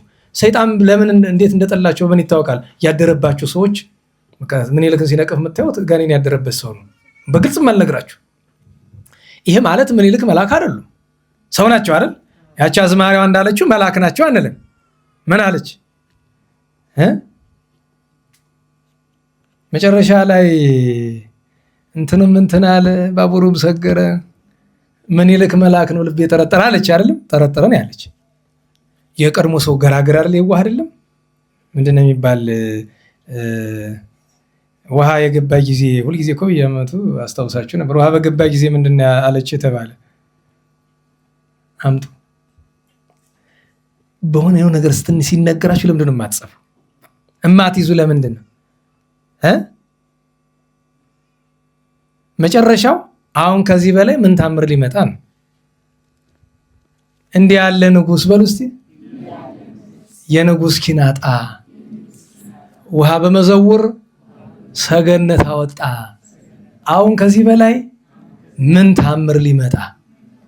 በቃ ውሃ እኮ ነው፣ ቧንቧ ውሃ የታኮ ነው። አፎቅ ላይ ውሃው ወደ ላይ ሄዶ፣ በነገራችን ላይ ውሃ ሽቅብ አይሄድም ይባላል አይደለም? ለመጀመሪያ ጊዜ በኢትዮጵያ ሽቅብ ሲሄድ በዘመናዊ እንግዲህ ከታምር ውጭ በሆነ ነገር የታየ እዚያን ጊዜ ነው። ተገርማ በጣም አጤ ምኒልክ ነገሱ። ሲነግሱ 1882 ዓመተ ምህረት ነበረ ጥቅምት 25 81 ላይ አፄ ዮሐንስ ሰማይቱ መተማ ላይ ተሰውተው 82 ጥቅምት 25 ላይ እሳቸው ነገሱ። ባለቤታቸው ጣይቱ አለች፣ ብርሃን ዘኢትዮጵያ ስሟ ከስራዋ ጋር የተስማማላት። ዛሬ መንፈሳዊ ነኝ ብለህ በህድረ ቆመ ስም ሌላ ገብርኤል ይላል። እሷ ግን ማዕረግ ሰጧት። ምን አላት? ብርሃን ዘኢትዮጵያ አላት። እውነተኛ እውነት ለኢትዮጵያ ብርሃን ነበረች። ያን ጊዜ ገና ከመንገሱ ምኒልክ በፊት ውጫሌ ላይ አንድ ነገር ነበራለ። ምን ውል ከማን ጋር? ከኮንት አንቶኔሊ ጋር። ሰውየው አጨበረብሯል በጣሊያንኛው አይደለም። ያቺ እንደተጨበረበረች ምኒልክ ያውቃሉ። በነገራችሁ ላይ ያውቃሉ። አውቀው ነው ዝም ያሉት። ለምን? እስመ ይኮነ ይዜ ጊዜው ይላል ቅዱስ ጳውሎስ። ለአንዳንድ ነገር ጊዜው አይደል። ለምን? ከ1981 መጨረሻ ጀምሮ ኢትዮጵያ ውስጥ ምን ተከሰተ? ድርቅ፣ የከብት በሽታ ገባ። ምን የሚባል ቀን መጣ? ክፉ ቀን። ለ3 ለ4 እስከ 5 ዓመት ድረስ ህዝቡ አለቀ። ሰው የሞተ ጅብ ስጋ፣ የሞተ አህያ ስጋ እስከ መብላት ደረሰ።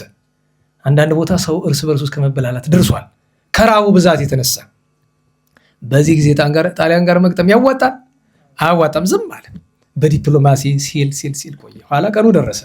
ቀኑ ሲደርስ መጥተው እዚህ አልፈው መቀሌን፣ አዲግራትን፣ አድዋን የመሳሰለውን ሲይዙ ያን ጊዜ መስከረም 7 ቀን ምን ተነገረ? አዋጅ። አዲስ አበባ ላይ አዋጅ ተነገረ። የት ከተጠብቀኛሉ? ወረኢሉ። የምታውቁት ካላችሁ ወሎ በወረኢሉ አድርጎ ከዚያ ደሴ ገብተው ራስ ሚካኤል ተቀብለዋቸው ወይም ንጉስ ሚካኤል ተቀብለዋቸው በኋላ ንጉስ ሚካኤል ተብለዋል። ጎዳና ተደረገ። አሁን ከአድዋ ጦርነት በፊት ሁለት ብዙ የማይወራላቸው ጦርነቶች አሉ። እነሱም አንደኛው እንደው በሞቲ እንዲሁ ታሪክ የሚያነብ ባህላችን አንድ ሰው ያስፈልጋል። እንዲሁ ቢጠፋኝ የሚያግዝ እኔም ለሱ ስል ደግሞ እንድጠነቀቅ እኔ ደግሞ አላል ጠፈፍ ያለ ነገር ለማቅረብ አንዳንድ ጊዜ እንዴት ባላችሁ። እስኪ ጦርነት የተደረገባቸውን አምባዎች አስታውሱ። አምባ ምን አምባ? ጎበዞች። አምባ አላጌ ላይ ለምሳሌ አላጌ። በነገራችሁ ላይ አምባ አላጌ ላይ ድል ሲያደርጉ ዋናው ስራ የተሰራ በማን ነው ከተባለ በፊት አውራሪ ገበየሁ እና በቀኛዝማች ታፈሰ ነው። በነገራችሁ ላይ ደጋግሜ የምነግራችሁ እስቲ የ25 ዓመት እድሜ 25 ነው የሚል 25 አሁን በትክክል ነው። በእርግጡ 25 ዓመት ላይ ያለ ሰው ጥሩ አንድ ሰው ሌላ አለ። ሴቶች እንኳን አታወጡም ትፈራላችሁ። 25 ላይ ነሽ ማለት ኦልሞስት ወደ ኤክስፓይሬሽን እንዳትባይ እያልኩ አይደለም። ህጉን ከሆነ ግን አዎ ሴት ልጅ እስከ 25 አግቢ። በነገራችሁ ላይ ማግባት ያለባት ከ15 እስከ 18 ዓመቷ ነው። ብትዘገይ እስከ 22 ነው። ቢበዛት ደግሞ በጣም ብትዘገይ እስከ 25 ነው። እስከ 25 ባታጋባት በቤተ ክርስቲያን ስርዓትና ትውፊት መሰረት ወላጆቿ ከዛ በኋላ በዛ ሴት ላይ ማዘዝ አይችሉም። ለምን? ላለማግባቷ ጥፋተኞች ስለሆኑ እና 25 ካለፋት እኮ አበቃችን። ታዲያ አንተ ቁጭ ብለህ ዩኒቨርሲቲ ልማር፣ ኮሌጅ ልጨምር፣ ዲግሪ ላምጣ ምናምን ምን ይዤ ምን ይዘሽ ትገቢ? ባለም የሆነሽ ካላስተዳደረሽ ገንዘብ ካላመጣ ሌላ ምን ያደርጋል? እውነቴን ነው። እንደዚህ ስላችሁ ደግሞ 25 ያለፋችሁ ቅር እንዳይላችሁ ችግር የለውም። ለእናንተ ደግሞ አለ አዲስ ካውንተር እናመጣለን፣ ቆጣሪ እንገጥማለን። ቅር አይበላችሁ ብዬ ነው ካላችሁ ድንገት ነው። ቅር ቢላችሁ የራሳችሁ ጉዳይ። እንግዲህ ሁሉ ተጨንቄ ምን እንዘልቀዋለን። ለሁሉኝ በአድዋ ጦርነት እና በአላጌው ጦርነት ላይ ከፍተኛ ጀብዱ የፈጸመ አንደኛው ማን አልኩ? ፊት አውራሪ ገበየሁ። የገበየሁ ሞት በነገራችን ላይ ሁለቱም አድዋ ላይ ተሰውተዋል። የሚያሳዝነው ነገር ሁለቱ በአድዋ ጦርነት በግለሰባዊ ጀግንነት ከሆነ ሁለቱን የሚተካከል የለም ነው የሚባለው። አሁን እነ ራስ አሉላ እንግዳ፣ ራስ አሉላ አባ ነጋ የሚባሉት እነ ራስ ሚካኤል አሉ አይደለም? ትልቁ የአፄ ኃይለሥላሴ አባት ይቅርታ ሚካኤልማ ኋላ ንጉስ ሚካኤል የተባሉት ራስ መኮንን ወልደ ሚካኤል፣ እነ ንጉስ ተክለ ሃይማኖት፣ በጣም ሌሎቹ ብዙዎቹ ነበሩ ጀግኖች። እነ ሊቀ መኳስ አባተ፣ በነገራቸው ላይ ሊቀ መኳስ አባተ ደግሞ ከአድዋ ጦርነት በፊት የመቀሌው ጦርነት ላይ ትልቁን ስራ የሰሩ እሳቸው ናቸው። ፊታውራሪ ገበየሁ ግን የአላጌ ጦርነት ላይ እሱ አይደል አለቃ ነበር። በዚህኛው በኩል እነ ማን ናቸው? ራስ መኮንን በዚያ በኩል አሉ። ግን ጦርነቱ ሲጀመር ታሟልስ እና እጁ እንኳ ሰይፍ ለመጠበጥ አልቻለም። ስለዚህ ምን አደረገ? ዘንግ ይዞ ወጣ። ያ ሁሉ ደም ሲፈስና ያ ሁሉ ጦርነት ሲደረግ በበቅሎ ተቀምጦ በዘንግ ያዋጋ ነበር። ወንድ ሊዋል አስባችሁታል? መምታት መመከት እኮ የለም። በቃ አዋጋ፣ በሞትም ልሙት ብሎ እኔ የምኒልክ አሽከር ይል ነበር ይባላል። ገበየሁ ፊታውራሪ ገበየሁ ኃይለ ማርያም ነው ክርስትና ስሙ። በነገራችን ላይ እንዳጤ ምኒልክ ተመሳሳይ ነው። የዛኑ ቀን የሚገርማችሁ እንዴት ዋላችሁ? የ25 ዓመቱ ቀኛዝማች ታፈሰ አላጌ ላይ 50 ጣሊያን ብቻውን ገድሏል። በነገራችሁ ላይ የሞቱት በመቶ የሚቆጠሩ ናቸው። 50 ነው ብቻውን የገደለ። እንዴት ዋላችሁ? 50 በሰይፍ በጥይት አይደለም። በነገራችሁ ላይ በሰይፍ ነው። በሰይፍ 50 አይደለም 5 የጣለ በጣም ጀግና ነው። ለምን ቢባል በሰይፍ ስትጋደል ጊዜ ይወስዳል። ዝም ብሎ ሄደ እኮ እንደዚህ ብሎ አይሰጥህም። እንደ ሰማይታት ታግለ ነው ደግሞ። በዛ ላይ 50 የገደላቸው ባለ ሰይፍ አይደለም ባለ ጥይት ናቸው። 50 ጥሏል በጎራዴ እና እንደዚህ አይነት ጀግንነት ከምን ያገኘ የሚባል የምኒልክ አሽከር ነው። እንግዲህ ቀኛዝማች ታፈሰ ወጣት ነው እና ሁልጊዜ ምኒልክን ሲያገኛቸው ጌታዬ ምን ላድንልዎት? ከፈለጉ ዝሆን አድናለሁ ይላል ይባላል። ሂድ ዝሆን ይዘና ይባላል። ጥይቱን ይዞ ሄዶ ዝሆን አድኖ የሚቆራረጠው ነገር ተቆራርጦ ይመጣል። እና እቴጌ ጣይቱ ሲያዩት ይሄ ያለ አይደለም ሰው ትፍትፍ ይባልበት የለም ከዓይን ያውጣ የሚባል በጣም ነው የሚፈሩ ነበር። በአድዋ ጦርነት ውስጥ ወደ 7000 ኢትዮጵያውያን ተሰውተዋል። በጣም ሀዘኑን መራራ ያደረገው ግን የገበየውና አንደኛ የገበየው ሞት፣ ሁለተኛ ቀኛዝማች ታፈሰ የወጣቱ፣ ሶስተኛ ነገር የደጃዝማች በሻ፣ አራተኛ የደጃዝማች ጫጫ ሞት ነው። በተለይ ዋኖቹ የታወቁት እነዚህ ናቸው የዛን ጊዜ ከሞቱት መካከል። እና እንዲህ አድርገው አላጌ ላይ ጣሊያንን አሳፍረው መቀሌ ላይ ሲደርሱ ጦርነት ሊገጥሙ ሲሉ ጣይቱ ምን አለች? አይ ይሄ ጦርነት እንደዚህ ነው የሚደረግ፣ እኔ ስትራቴጂ ልስጣችኋል። ስትራቴጂስት ትላለህ አይደል አንተ? ምን አለቻቸው? የውሃ መጠጫ ጉድጓዳቸውን ያዙባቸው። ጥርቅም ሄደው ጣሊያን በተማለቅ ማሩን ብለው የሚገርማችሁ አፄ ምኒልክ ይገርመኛል። እንዴት ባላችሁ እነዛን ሲወጓቸው የነበሩትን ኋላ እርቅ ጠይቀው እንውጣ ብለው ሲሏቸው ከነ ጦር መሳሪያቸውን የላኳቸው። እንዲያውም ለኃላፊውስ ምን ሰጡት ይባላል? በደንብ የተጌጠች በቅሎ ሰጡት ይባላል። የቀድሞ ሰው ያስገርመኛል። ጠላታቸውን ማለት ነው። በመካከል ደግሞ ሁለት በዛው በሰሜን የኢትዮጵያ ክፍል የነበሩ ደጃዝማችና ፊት አውራሪ ነበሩ። ከልዑል ራስ መንገሻ ጋር ተጣልተው ተበሳጭተው ርዕሰ መኳንንት በደለነ ብለው ለጣሊያን ሄደው አድረዋል። እነ ጉግሳና ኃይለሥላሴ ማለት ነው። ከዛ ልክ ከጣላት ቦታ ገብቶ እንግዲህ ልብ ብሎ ባንዳ ሆኖ ማለት ነው። እናናዋላችሁ ባንዳ ሆኖ ገብቶ ምን ቢያዩ ጥሩ ነው? የኢትዮጵያ ሰንደቅ ዓላማ ተነቅሎ የጣሊያን ሲተከለ አራ ይሄማ እንዴት ብሎ ይሆናል? ይሁላችሁ ባንዳ ሆኖም እኮ ወዝ ነበራችሁ አይደለም? ይሄማ አይሆንም። ከዛ በሌሊት ከነሙሉ ትጥቃቸው እነሙሉ ሰራዊታቸው ሄደው ምን ይልክን ይቅር ይበሉን። አራ እንዴት ብሎ ይሆናል? እሱ ጋር ነው የምንዋጋ ደግሞ ጠላት ጋር ሆኜ ልሙት ብለው እንግዲህ ያስቡት። እንደዛ ምን ይልክ ምን አደረጉ? ድርብ ካባ ሸልመው ጥሩ በቅሎ ሰጠው። ጎበዞች ሂዱ አሉ። በመንገድ ወደ 300 ምናምን ጣሊያን ጥለዋል እነዚህ ሁለት ደጃዝማቾች። ሌላ ደግሞ ማን ነበረ? ባሻይ አውዓሎም። በነገራችን ላይ ባሻይ አውዓሎም የልጅ ልጅ ጎንደር ነበረ። ትግራይ አማራ በሚል ቆሻሻ እንቅስቃሴ ነበር አይደል? ከ2008 ጀምሮ የዛን ጊዜ ነው ለቆ ሄደ ነበረ። ልጃቸው ቀጥታ አረገ ትውልድ ማለት ባሻይ አውዓሎም ጣሊያኖቹ የሚያዩት እንደምንድን ነው? እንደ ባንዳ ነው። እሱ ግን ምንድን ነው? ሰላይ ነው። እነሱ የእኛ ሰላይ ነው ብለው የኢትዮጵያን የምኒልክን ሰራዊት እንዲሰልልላቸው ነው የሚልኩት። በዚህ ዘመን በስለላ ህግ ምን ይባላል? ደብል ኤጀንት ሲባል ሰማላችሁ? ነናዋላችሁ ደብል ኤጀንት ማለት ትሄድና ለጠላት ታድራለህ። ከዛ የወገንን መረጃ የምታቀብል መስለህ ግን የምትሰራ ለማን ነው? ለወገን ነው። ጠላት ለኔ እየሰጠኝ ነው ይልሃል፣ ወገን ደግሞ ለወገን ነው።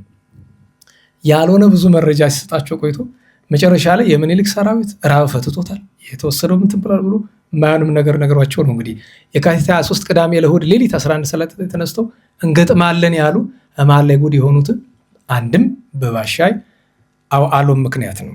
እሱን ማወቅ ያስፈልገናል። ለሁሉም የመቀሌው በዚያ በውሃው ምክንያት ፈታ፣ የአላየውም እነ ቀኛዝማች ታፈሰ እንደዚህ ያደረጉ። አድዋ ጦርነቱ ሲደርስ ታውቃላችሁ እንዴት ዋላችሁ? የአድዋ ጦርነት የሃይማኖት ጦርነት ነው ብለን የምንልበት ምክንያት ምንድን ነው ካላችሁኝ፣ ከ40 ዓመት በኋላ ጣሊያኖች ሲመጡ ያደረጉትን ነገር በማየት ነው። ምክንያቱም ከ40 ዓመት በኋላ ተመልሰው ሲመጡ ምንድን ያደረጉ? ባመኑት 2000 ቤተክርስቲያን አቃጥለዋል። ያላመኑት ግን እኛ የምናውቀው ከ3 እስከ 5000 ቤተክርስቲያን ያቃጠሉ። ወደ 1 ሚሊዮን ሰው ሲገደል ከ900 ሺህ በላይ የሚሆነው ኦርቶዶክሳዊ ነው። በነገራችሁ ላይ ደብረ ሊባኖስ ላይ ከ2000 በላይ ሰው በአጠቃላይ ያረዷቸው መነኮሳት ቢቆጠሩ በጥቂቱ ከ40 እስከ 50 ሺህ ይሆናሉ። ገዳማቸው በአታቸው ውስጥ ገብተው ያረዷቸው ብቻ ማለት ነው። ሐምሌ 29 በ1929 ዓመተ ምህረት ጎንደር ላይ የታረዱ ሊቃውንት ተሰብኩ ታርደዋል። ግማሹ የጎንደር ሊቅ ለጣሊያን አደረ፣ ባንዳ ሆነ። እምቢ ያሉት ግን ወስደው ታርደዋል። እና ፖፕ ፒዩስ የሚባል ነበር አይደለም? ከ40 ዓመት በኋላ ሲመጡ የነሱ ጳጳስ የነበረው መድፍ በርኮ አይደል ይላክ ሂዱና ሀገሪቱን ካቶሊክ አድርጉ ተብሎ ማለት ነው። ከቅኝ ግዛቱ ባሻገር ማለት ነው። እና ቤተክርስቲያን በወቅቱ ምንድን ያደረገች ነው? በመጀመሪያ ደረጃ ጦርነቱ ራሱ 100% የአድዋ ጦርነት ማለት ሌሎቹ አልተሳተፉም አይደለም። ሙስሊሞች ነበሩ፣ የሌላ እምነት ተከታዮችም ነበሩ። ለምን? የሀገር ጉዳይ ስለሆነ። ዋናው ግን ቤተክርስቲያናት ኃላፊነት የሰጣቸው የምንልበት ምክንያት ምንድን ነው? አንደኛ ከተዋጊው መካከል ካላጋነን ነው ከ90% በላይ የሚሆነው ኦርቶዶክስ ነው። ሁለተኛ ጦርነቱ ሲደረግ ቤተክርስቲያን ከመሃል ሀገር ጀምሮ ሄደ ታቦት፣ ከአክሱም የወጣ የእመቤታችን ታቦት፣ የቅዱስ ጊዮርጊስ ታቦት ነበረ ከየገዳም። የሚገርማችሁ ነገር አፄ ምኒልክ አዋጅ አውጀው ሲወጡ የመጀመሪያ ስራቸው ምን ነበረ? በፈረስ በበቅሎ ባጋስስ እየተጫነ ወደ ገዳማቱ ምንድነው የተላከ? ዕጣንና ዘቢብ። በሐዘናችሁ እርዱኝ፣ ሃይማኖት የሚለውጥ ሀገር የሚያጠፋ ጠላት መጥቷል፣ በጸሎት በሐዘን እርዱኝ። ጣይቱም እንደዛ አድርጋለች። ይህንን የሰሙ ከየገዳማቱ የነበሩ መነኮሳት ጸሎት ብቻ አይደለም ምን አደረጉ ታውቃላችሁ? የኢትዮጵያ ገዳማት አውጣተው መነኮሳት እንደላኩ መነኮሳት ተልከው ከዚያ ስፍራ ቆመው መስቀላቸውን ይዘው እግዚአብሔር ይፍታ። መጀመሪያ ላይ አቡነ ማቴዎስ የወቅቱ ጳጳስ አብይ ጾም አይደል ነበር? የአድዋ ጦርነት ጊዜ እሁድ ነው፣ ለዕለቱ አይደለም አልፈቅድም ያሉ ግን አብይ ጾምን ሰራዊቱ ይመገብ የሚል ሐሳብ ከመኳንንቱ ቀርቦ ምኒልክ ጠይቋቸው የለም ብለው ነበር ይባላል። በኋላ ግን ተስማምተዋል። እና መናዘዝ፣ ምክንያቱም ለሃይማኖት ለሀገር ስትታገል ሁልጊዜ ካህን ያስፈልጋል። ለምን እንደተዋላችሁ ሚናዝ ያስፈልጋል። እግዚአብሔር ይፍታ የሚል ያስፈልጋል። የያዝከውን ዓላማ የሚቀድስልህ ያስፈልጋል። በነገራችሁ ላይ ዛሬ እንደዚህ አይነት ነገር ቢደረግ ሰዎች ይነቅፋሉ። ባዶ ጦርነት ግን እንደዚህ መደረጉን ግን መንቀፍ አይፈልጉም። ለምን? የውጤቱ ምንጭ እሱ ነዋ። ምክንያቱም የድሉ ምንጭ ሁለት ነው። አንደኛ መምህራን እና መነኮሳት በእግዚአብሔር ዘንድ ዋጋ ታገኝበታለህ እያሉ እያስተማሯቸው ስለነበር እንዲሁም አንዳንዶቹ እስከ መገዛት ደርሰዋል። ይሄ ፈርቶ የሚመለሰው እንዴት በማለት ሌላኛው ጣይቱና ምኒልክን መጨረሻ እናነሳቸዋለን። ትልቁ አስተዋጽኦ የነበረ የካህናቱ ነው። ታቦት እግዚአብሔር ተሸክመው መጥተዋል። እንዲያውም ጣይቱ እንዲያለች ይባላል። የአክሱም ካህናት መጡና እጅ ነሱ። ምነው ምን ሆናችሁ? ጥንቱኑ ምድራችን የነገስታት ምድር ናት። ከካህናት ቅድሚያ እንወስዳለን። በውጊያም ጸሎት የምንመራ ታቦት የምናወጣ እኛንን። የጥንቱን መልሽልን። ምኒልክን ምን አለችው ይባላል? ድሉ የኛ ነው። ለምን? አክሱሞች እመቤታችን ይዘውልኝ መጥተዋል። በሉ ሰጥቻችኋለሁ። ስለዚህ ከአቡነ ማቴዎስ ጋር ሆናችሁ ስብሐተ ፍቁር አድርሱ ተባለ። በነገራችሁ ላይ የሚገርመው ነገር ዛሬ ስብሐተ ፍቁር ሲደረስ እንዴት ነው?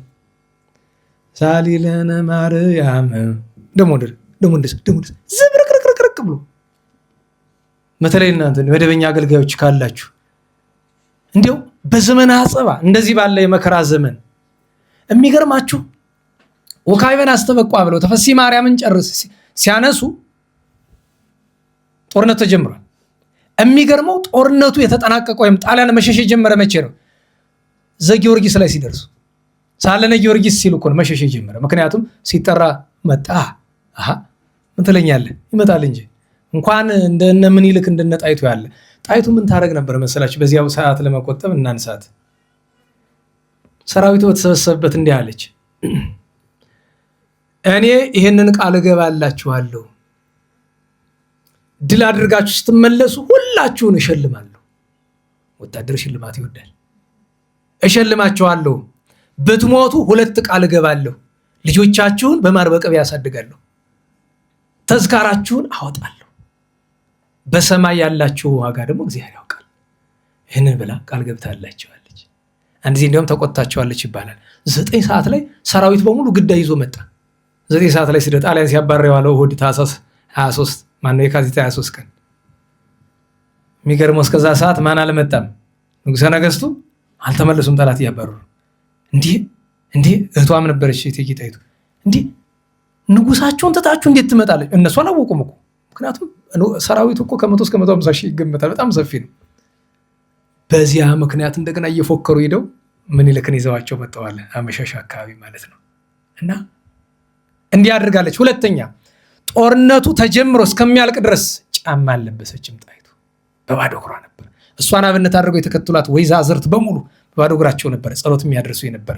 ታለቅስ ነበር። ሕዝብህን ለጠላት አትስጥ እያለች ከዳዊት ቃል ከሌሎችም እያመጣች ትጸልይ ታደርስ ነበረ። ጣይቱ ኃይለኛ ናት። በነገራችሁ ላይ ስትቆጣ ማይታል። እንዴት ዋላችሁ? እኔ የእሷ ብስጭት ገደብ አለው ይባላል። አንድ ጊዜ ኮንታንቶኔሊ መጥቶ በአጤ ምኒልክ ፊት ገና በፊት ጦርነት ሳይጀመር እዚያው አዲስ አበባ ላይ ያሉ ክፉ ነገር ተናገረ እና ምኒልክ በጣም ተበሳጭቶ በጥፊ ሊያቀምሱ ሲነሱ ማን ገላገለ? ጣይቱ ገላገለች። ለምን? ተው ጃንሆይ ጌታዬ፣ ለአንተ ክብር አይመጥንም፣ ይሄ ተው፣ በሚመታበት ይመታል። የኮንታንቶኔሊ ደብዳቤ የውጫሌ ውል በምንድን ነው የተቀደደ? በመድፍ አትለኝም? በመድፍ እኮ ነው የተቀደደ። አሁን መድፍ ተተኩሶ ሄዶ ቀዶት አይደለም፣ በቃ መድፍ ነው የቀደደው። እንዴት ቢባል ሰምታችኋል አይደለም? ሊቀ መኳስ አባተ ብዬ ቅድም ነግራችኋለሁ አይደለም? ሊቀ መኳስ አባተ ለተከታታይ ቀናት ከ3 ቀን በላይ እየተዋጉ እያዋጉ ትጥቃቸው ሳይፈታ ሳይቀመጡ ሳይተኙ በቆማቸው እህል እየጎረሱ አዋግተው ያውቃሉ። ነናዋላችሁ ትሞታለህ። እዛ በኋላ መቆም አትችልም። በዚያ ላይ ምን ይባላል? አባተ በኋያለው ይባላል። ሊቀ መኳስ አባተ በኋያለው ከተተኮሰ አይስትም። በዚህ ምክንያት አይደለ መድፍ ተኩሶ ይሄ ቀላ የተተኮሰው ሄዶ በዛኛው መድፍ በአፉ ገባ ይባላል። እስከዚያ ድረስ ነው። እምሽክ አድርጓቸዋል ይባላል። ኋላ ደግሞ ማን ነበረ ቆራጡ ጀግና ኮስታራው? ማን? ባልቻ። ያን ጊዜ በጅሮንድ ነው። ኋላ ግን ደጃዝማች ነው አይደለም? ባልቻ ምን ተብሎ ተገጠመለት ታውቁት የለ? ገበየው ቢሞት መጀመሪያ ለገበየው ምን ተብሏል? አድዋ ስላሴን ጣሊያን አረከሰው፣ ገበየው በሞት የገባና ቀድሶ አሉ። ገብቶ ቀደሰው፣ ደሙን አፈሰሰ። የሚገርማችሁ ነገር አንድ የሚተረክ ታሪክ አለ አይደለም? ገበየው ተመትቶ ሲወድቅ ከመመታቱ በፊት ለወታደሮች እንዲህ ያላቸው ይባላል፣ ለሱ አሽከሮቹ ማለት ነው። ለምን ይልክ ንገሩልኝ፣ ለሀገሩ ለሃይማኖቱ ለጌታው እንዲህ ሲል ሞተ ብላችሁ ብሎን ገባበት። የጦር ገበሬ ነው። ብዙም ሽክ አድርጎ ተመትቶ ሲወድቅ አንዳንዶቹ ባልቻ ናቸው ይላል፣ አንዳንዶቹ ሌላ ነው ይላሉ። ገበየው እንደወደቀ ወታደሩ ካየ መፈታቱ ነው። ታውቃላችሁ አይደለም? መተማ ላይ ድርቡሽ አፄ ዮሐንስን አንገት የቆረጠበት ምክንያት እሳቸው መውደቃቸው ስለታየ እንጂ እኮ ያሸነፈው እኮ ኢትዮጵያ ጦር ነው። ምን አደረገ? ሳባ አድርጎ ወስዶ ከቁጥቋጦ ስር አድርጎ ቅጠል አለበሳቸው ገበየው። ለምን? የእሳቸው ሞት ከታየ ችግር ነው። ከዛ አለፍ ብሎ ደግሞ ቀኛዝማች ታፈሰ ቅድም ያልኳችሁ የ5 ዓመቱ ወጣት ጥይት ተተኩሶ መጥቶ ግራ ክንዱን ላይ መሀል ለመሀል ገባበት። ያንን አገሙለትና ሊወስዱት ሲሉ ደሞ ለጣሊያን ቀኝ እጄ ይበቃዋል፣ ዝም ብለህ ይዘኸኝ ግባ አለ። በቀኝ እጁ ብዙ ጥሎ እንደገና ደረቱን ተመቶ ወደቀና ሞተ። እሱን አስከሬኑን ሸፈኑ። ለምን? የወንድ ስነ ልቦና እንዳይሰልብ ማለት ነው። እነዚህ ዋና ዋናዎቹ ሲወድቁ ችግር ስለሆነ እና እንዲያ ተደርጎ ድል ተገኘ። ታዲያ በጸሎት በጾም በዕጣን በመስዋዕት ነው፣ በጉልበት አይደለም። አያችሁ፣ ጉልበቱ ተጨማሪ ነገር ነው እንጂ ዋናው እሱ ነውና እንግዲህ ብከን ወጉኦሙ ለኩሎሙ ጾርነ ዳዊት ሀብተ ኃይል ተሰጥቶታል አይደል? ሀብተ መዊ ተሰጥቶታል። ያን ሀብተ መዊ ምኒልክ ተቀብለውታል። በዚያ ምክንያት ሀገራችንን ከውርደት ጠብቀውልናል። ምንም እንኳ ከ7000 በላይ ኢትዮጵያውያን ቢሞቱብንም በጊዜው ዞሮ ዞሮ በዛ ዘመን ጦርነት እንዲያውም ብዙ አይደለም ጥቂት ነው። ለምን በአንድ ጦርነት እስከ 100,000 ሰው ያልቃል። እንደዚህ አድርገው ጣሊያንን አሳፍረው ኢትዮጵያ ዛሬ ድረስ ለኛ ብቻ አይደለም ለዓለም ጥቁሮች ለተገፉ ሰዎች በሙሉ ጣሊያኖች እንኳን ራሳቸው በብሽቀት አደባባይ ሮማ አደባባይ ወጥቶ ምን አሉ ይባላል? ቪቫ ምኒልክ አሉ። ኡምቤርቶን ለማበሳጨት ቪቫ ምኒልክ ምን ትለኛለህ? ዛሬ ምኒልክ ይሳደባል። ደንቆሮ ምን በደሉ? ምን ያጠፉ? አገር አንድ ባደረጉ አገር ባዳ ነው። ማንን በደሉ? እስኪ ምኒልክ እገሌን በድለዋል የሚባል ታሪክ ታውቃላችሁ? እንዴት ዋላችሁ? እገሌን በድለዋል የሚባል ታሪክ ታውቃላችሁ? እኔ በነገራችሁ ከሚያስገርም ነገር አንድ ነገራችሁ። አንድ በጣም የታወቀ የጦር ጀግና በጣም ትልቅ ጥፋት አጠፋ። ተከሶ ተፈረደበት። እንደገና ድጋሚ ያጠፋ ተፈረደበት። ሌላ ንጉስ ሲሆን አንድ ጊዜ ነው አንገቱን የሚቀለው። በሶስተኛው ግን እዛ የነበሩ ዳኞች ይሞት በቃ ፈረዱበት። ከዛ ይገደል ተብሎ ስቅላት ተፈረደበት። በቦታው ማን ነበሩ? የአድዋው ጀግና ፊታውራሪ ሀብተ ጊዮርጊስ ሊደግዴ ሀብቴ ፊታውራሪ ሀብተ ጊዮርጊስ አይ ጀግና አይደለም በአድዋ የተዋጋ እንዴት ያለ እኮ የጦር ገበሬ ነው። ይሄን የመሰለ ጀግና እንዴት ተራ ወታደር ይገለዋል? እኔ ልግደለው በእኔ ይሁን ለክብሩ ብሎ ይላል። እሺ ተብሎ ተወሰደ። ከዛ ከረጅም ጊዜ በኋላ የጦርነት ስልት ለማውጣት ተቀምጠው ምኒልክ ይቆዝማሉ። ጌታዬ ምን ሆኑ? አይ ደጃዝማች ገሌ ኖሮ ቢሆን እኮ በዚህ ያቅስን ነበር ብሏል። የተገደሉ አረ እንጥራውን ሀብቴ ደግሞ ተቀልዳለህ። አረ ቀልዴን አይደለም ይላል። ምንድን ነው አለ እኮ አልገደልኩት በዋሻ ደብቄው ተይዞ መጣ። ይቅርታ ተደረገለት። እንኳን ሌላ ከምኒልክ አደባባይ ፍርድ ሲደረግ ፍርድ ተጓድሎብኛል ሀብተ ጊዮርጊስ ዳኘኝ እያለ ትጮኻለች። አስቡት ምኒልክ ተቀምጠው በጣም ተበሳጩ። እንዴት ብትንቂ ነው ንጉሱ ነው ምን አሉ እሳቸው? አረ ምን አገባችሁ ይዳኛት፣ እግዚአብሔር ለእሱ አይደል የሰጠው ዳኝነት መች ለኔ ነው? ይዳኛት ውሰዷት ነው። እቺ ሴት ምንድን ናት? አንድ ሰው ሀብታም ነኝ የሚል ሰው ይመጣና አንዲትን ሴት እንደዚህ ሴተኛ አዳሪ እንደዛ እንደምትባል አይነት ሴት ናት። ለአንድ ቀን አብሬሽ ልደር ብሎ በአንድ ብር ይስማማሉ። 1 ብር ሊከፍላት። ከዛ በሚቀጥለው ቀን ሲመጣ ለመደና በዛው ሚስት አደረጋት። ጥሩ ነው አይደል? ይሻላል። ምክንያቱም ከዚያ ክፉ ህይወት እንደተወጣ ማለት ነው። ከዚያ 10 ዓመት አብሮ ቆዩና እንደገና አስጠላቸው። ውጪልኝ ብሎ አባረራት። ወትሮም እኮ ለኔ የምትመጥኝ አይደለሽም ብሎ። እቺ ናት እንግዲህ ዳ የከሰሰች። አስቡት እንግዲህ ሴተኛ አዳሪ ምናምን ሲባል መቼም የተናቀ ነው ብለን ነው የምናስብ አይደለም። እና እሳቸው እዚያ ሆነው አይ እና እሱ ተጠርቶ አንተ ለምንድን ነው ያባረርካት? አይ ህጋዊ ሚስት አይደለችም፣ 80 የላትም፣ 80 የሌላትን ድንጅ የሌላትን ድንጅ ታውቃላችሁ? በምን ምክንያት እጠየቃለሁ እኔ? ኋላ አንቺ ግን መጀመሪያ 80 ሳይኖርሽ ምን ብለሽ ገባሽ ብሎታል። አረ እኔማ ለአንድ ቀን አዳር ብሎ በ1 ብር ተስማምተን ገባ፣ በዛው ለምዶ ቀረ ነው። አዎ ጥሩ ነው እንግዲያ እኔማ እንዲህ ፈርዳለሁኝ። በል የቀን የተስማማኸውን ያክል የ10 ዓመት አስልተህ ክፈላት፣ ሀብት ግን እንዳታካፍላት ብሎ ነው። በአመት 365 ብር ማለት ነው ሲባዛ በ10 ይሄንንማ እንጃ መኳንንቱም አይኖራቸው ይላል። አረ ይቅርብኝ፣ አካፍላታለሁ። ይሄ ነው ዳኝነት የሚባለው። ሀብቴ በጣም ዳኝነት አዋቂ ናቸው፣ ፈሊጠኛ ናቸው። ሀብተ ጊዮርጊስ ዲነግዴ የሚባሉት ማለት ናቸው። እና ለሁሉም ምኒልክን መጥላት ነውር ነው። ምኒልክን ብቻ አይደለም ቢያድለን እንዲያው ክፉዎችንም ቢሆን መጥላት አይገባም። ክፉ ታሪክ ካላቸው የተረጋገጠ ያንኑ መናገር ነው። እና የአድዋ ጦርነት በቅዱስ ጊዮርጊስ የቅዱስ ጊዮርጊስ ነገር ሲነሳ ታሪክ ጸሐፊዎች ምን ብለዋል? አፈ ታሪክ ነው። አንድ ቀልኛ ሰው አፈ ታሪክ አይደለም። አፈ ታሪክ መጀመሪያ አፈ ታሪክ የሚባል ነገር እኛ አናውቅም። አፈ ታሪክ የሚሉት ሌጀንድ የሚለውን ተረጎመን ብሎ ነው አይደለም? እንዴት ዋላችሁ? ሌጀንድ በመጀመሪያ ወደ አማርኛ ሲተረጎም አፈ ታሪክ አይደለም መጀመሪያ ነገር። እሺ እነሱ የፈለጉት ነገር አፈ ታሪክ ማለት በአፍ የሚተረክ ነው አይደለም? አፈ ታሪክ የሚባል ነገር የለም፣ ታሪከ አፍ ነው የሚባል ብለን አማርኛ እንኳን ሳይችሉ ነው የሚተቹት። እንዴት ዋላችሁ? አፈ ታሪክ የሚመለከተው ታሪኩን ነው አፉን ነው? አፉን ነው መባል ያለበት። ምንድን ነው? ታሪከ አፍ ነበር እችን እንኳን ሳይጠነቅቅ ተቻለሁ ይላል። የቃል ታሪክ ማለት የቃል ታሪክ እናቃል እንዴ? አይናቅም። እንዲያው እንኳን የቃል ታሪክ ግን እንዲህ ያለው ነገር ተጽፎ ያገኘነው ነገር ነው። ለምን ስብሐተ ፍቁር ዘጊዮርጊስ ላይ መጀመሪያ ምንድን ነው የሚለው?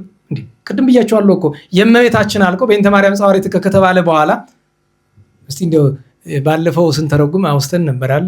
ጸዋቶ ዜማውን ሰዓቱ ሄደ ይሁን ምንም ባይልም አሁን ቅድም ሳለነ አለ እኮ አጭር ጊዮርጊስ አለ ደግሞ ይሄም አጭር ነው። የመጀመሪያዋ ማንሻ ምንድናት? ሳለነ ጊዮርጊስ ሰማዕተ ኢየሱስ ክርስቶስ ከተባለ በኋላ ነአ ጊዮርጊስ እንዲህ ቃል በቃል እኮ ነው። ጸሎቱም ቃል በቃል ነው። የተፈጸመው ተአምርም ቃል በቃል ነው። ነአ ጊዮርጊስ እንዘ ትጽአን በፈረስ ወነአ ፍቁር የዘልዳ ንጉስ፣ የልዳው ንጉስ ወዳጄ ጊዮርጊስ ሆይ እና እስቲ በፈረስ ተጭነ በነጭ ፈረስ በአምባ ላይ ፈረስ ተጭኖ መጣ። አጨደ ብዙ የመሰከረ ያየ መሰከረ፣ የተጠራጠረ ተጠራጠረ። ዛሬ አራዳ ጊዮርጊስ ገነተ ጽጌ አዲስ አበባ ላይ የሚከበርበት ምክንያት እኮ ስለዚያ ተአምሩ ነው። ስለዚያ ተአምሩ ነው የሚከበር የቅዱስ የእመቤታችን ረዳትነት። ለዚያ እኮ ነው እመቤታችን ድንግል ማርያም ልታድነን መጣች አለች ጣይቱ ታቦቷ ስትመጣ በእመቤታችን አማላጅነት። ምክንያቱም አጤ ምኒልክ እመቤታችን በጣም ይወዳሉ። እንዲያውም ምን ይባላል? እንዴት ዋላችሁ አስተርዮ ማርያም ጥር አንድን በጣም ነው የሚዘክሩ ለነዳያን። ታዲያ ሲዘክሩ ምንድን ነው የሚዘክሩ መሰላችሁ? ምኒልክ እንጀራ ያበሉና ድግስ ጊዜም የቤተ መንግስት አያልቅም አይደለም። ነገር ግን ለድግስ የመጣ ደካማ ሰው ከተገኘ በቅሎ ፈረስ ሁሉ እየሰጡ ይልኩታል ይባላል ከእመቤታችን ፍቅር የተነሳ። እና ጥር 21 መንገድ ላይ ነበሩ ወደ አድዋ እየሄዱ ዝክሩ ሳይዘክር ቀረ። ግን ካለፈ በኋላም ቢሆን ከፍተኛ ድግስ አድርገው በሰሜኑ የኢትዮጵያ ክፍል የነበሩ ሰዎችን መግበው ተመርቀዋል። እመቤታችን ወዳጅ ናቸው። ስለዚህ መጽሐፍ እንደሚል ሰልፍ የማን ነው? ሰልፍ የእግዚአብሔር ነው። ጥንትም ቅዱስ ዳዊት በመዝሙር 21 ላይ ምን ይላል? አንተሰ ውስተ ቅዱሳን ከተሃድር ስቡሐ እስራኤል፣ በእስራኤል የተመሰገንክ አንተ እግዚአብሔር በቅዱሳን ላይ በረድኤት አድረህ ትኖራለህ። ኪያ ከተወከሉ አበዊነ አባቶቻችን እነ ዳዊት እነ ሰሎሞን እና አጤ ምኒልክ ኪያ ከተወከሉ አንተን አመኑ፣ በአንተ ተማመኑ። ተወከሉ ከኒ አድኃንኮሙ በአንተ አምነው አላፈሩም፣ አዳንካቸው። ቀላል ነው ይመስላችሁ? ጣሊያን እኮ ምክንያቱም ከ40 ዓመት በኋላ ሲመጣ መንፈሰ ረድኤት ሲለየንም አየነው እኮ። ያቺ የእግዚአብሔር ረዳትነቱ በሌለበት ቀንም አየነው እኮ። ምሽክን ያደረገን እሱ ብቻ አይደለም። በነገራችሁ ከእግዚአብሔር መሆኑን የምታውቁት ዓለም እኮ ነው የተናጋ። ኢንተርኔት የለ፣ ፌስቡክ አለው። እዛ ጊዜ ነበር እንዴ? ኢንስታግራም ነበረ፣ ዋትሳፕ ነበረ። እንኳን ሌላ እንኳን የረባ ስልክ ነበረ፣ ግን የረባ ስልክ በቴሌግራም ምናምን ተዘዋዝሮ ነው አይደለም። አሁን አስቡት፣ በዚያ ጊዜ ኒውዮርክ ታይምስ ምናምን በፈረንሳይ ያሉ ጋዜጦች፣ በጣሊያን በአሜሪካ ያሉ በሙሉ ገጻቸው ምንድን ነው? ቪቫ ምኒልክ ነው፣ ጣይቱ ነው፣ ምኒልክ ነው። አስቡት። ዛሬ ምንም ብትሰራ እኮ እዛ የሚለጥፍል የለም፣ ምኒልክ ነው። በዛ ምክንያት እኮ ነው አፄ ኃይለ ሥላሴ የትም ሀገር ሲሄዱ ሲሰገድላቸው አታዩም? አድዋ ነው ይህን ሁሉ የፈጠረው። የእግዚአብሔር መሆኑን የምታውቁት በሱ ነው። የእግዚአብሔር የቸርነቱ ስራ ነው። አሁን እናጠቃለን። ለማጠቃለል ርዕሳችን ምን ነበር?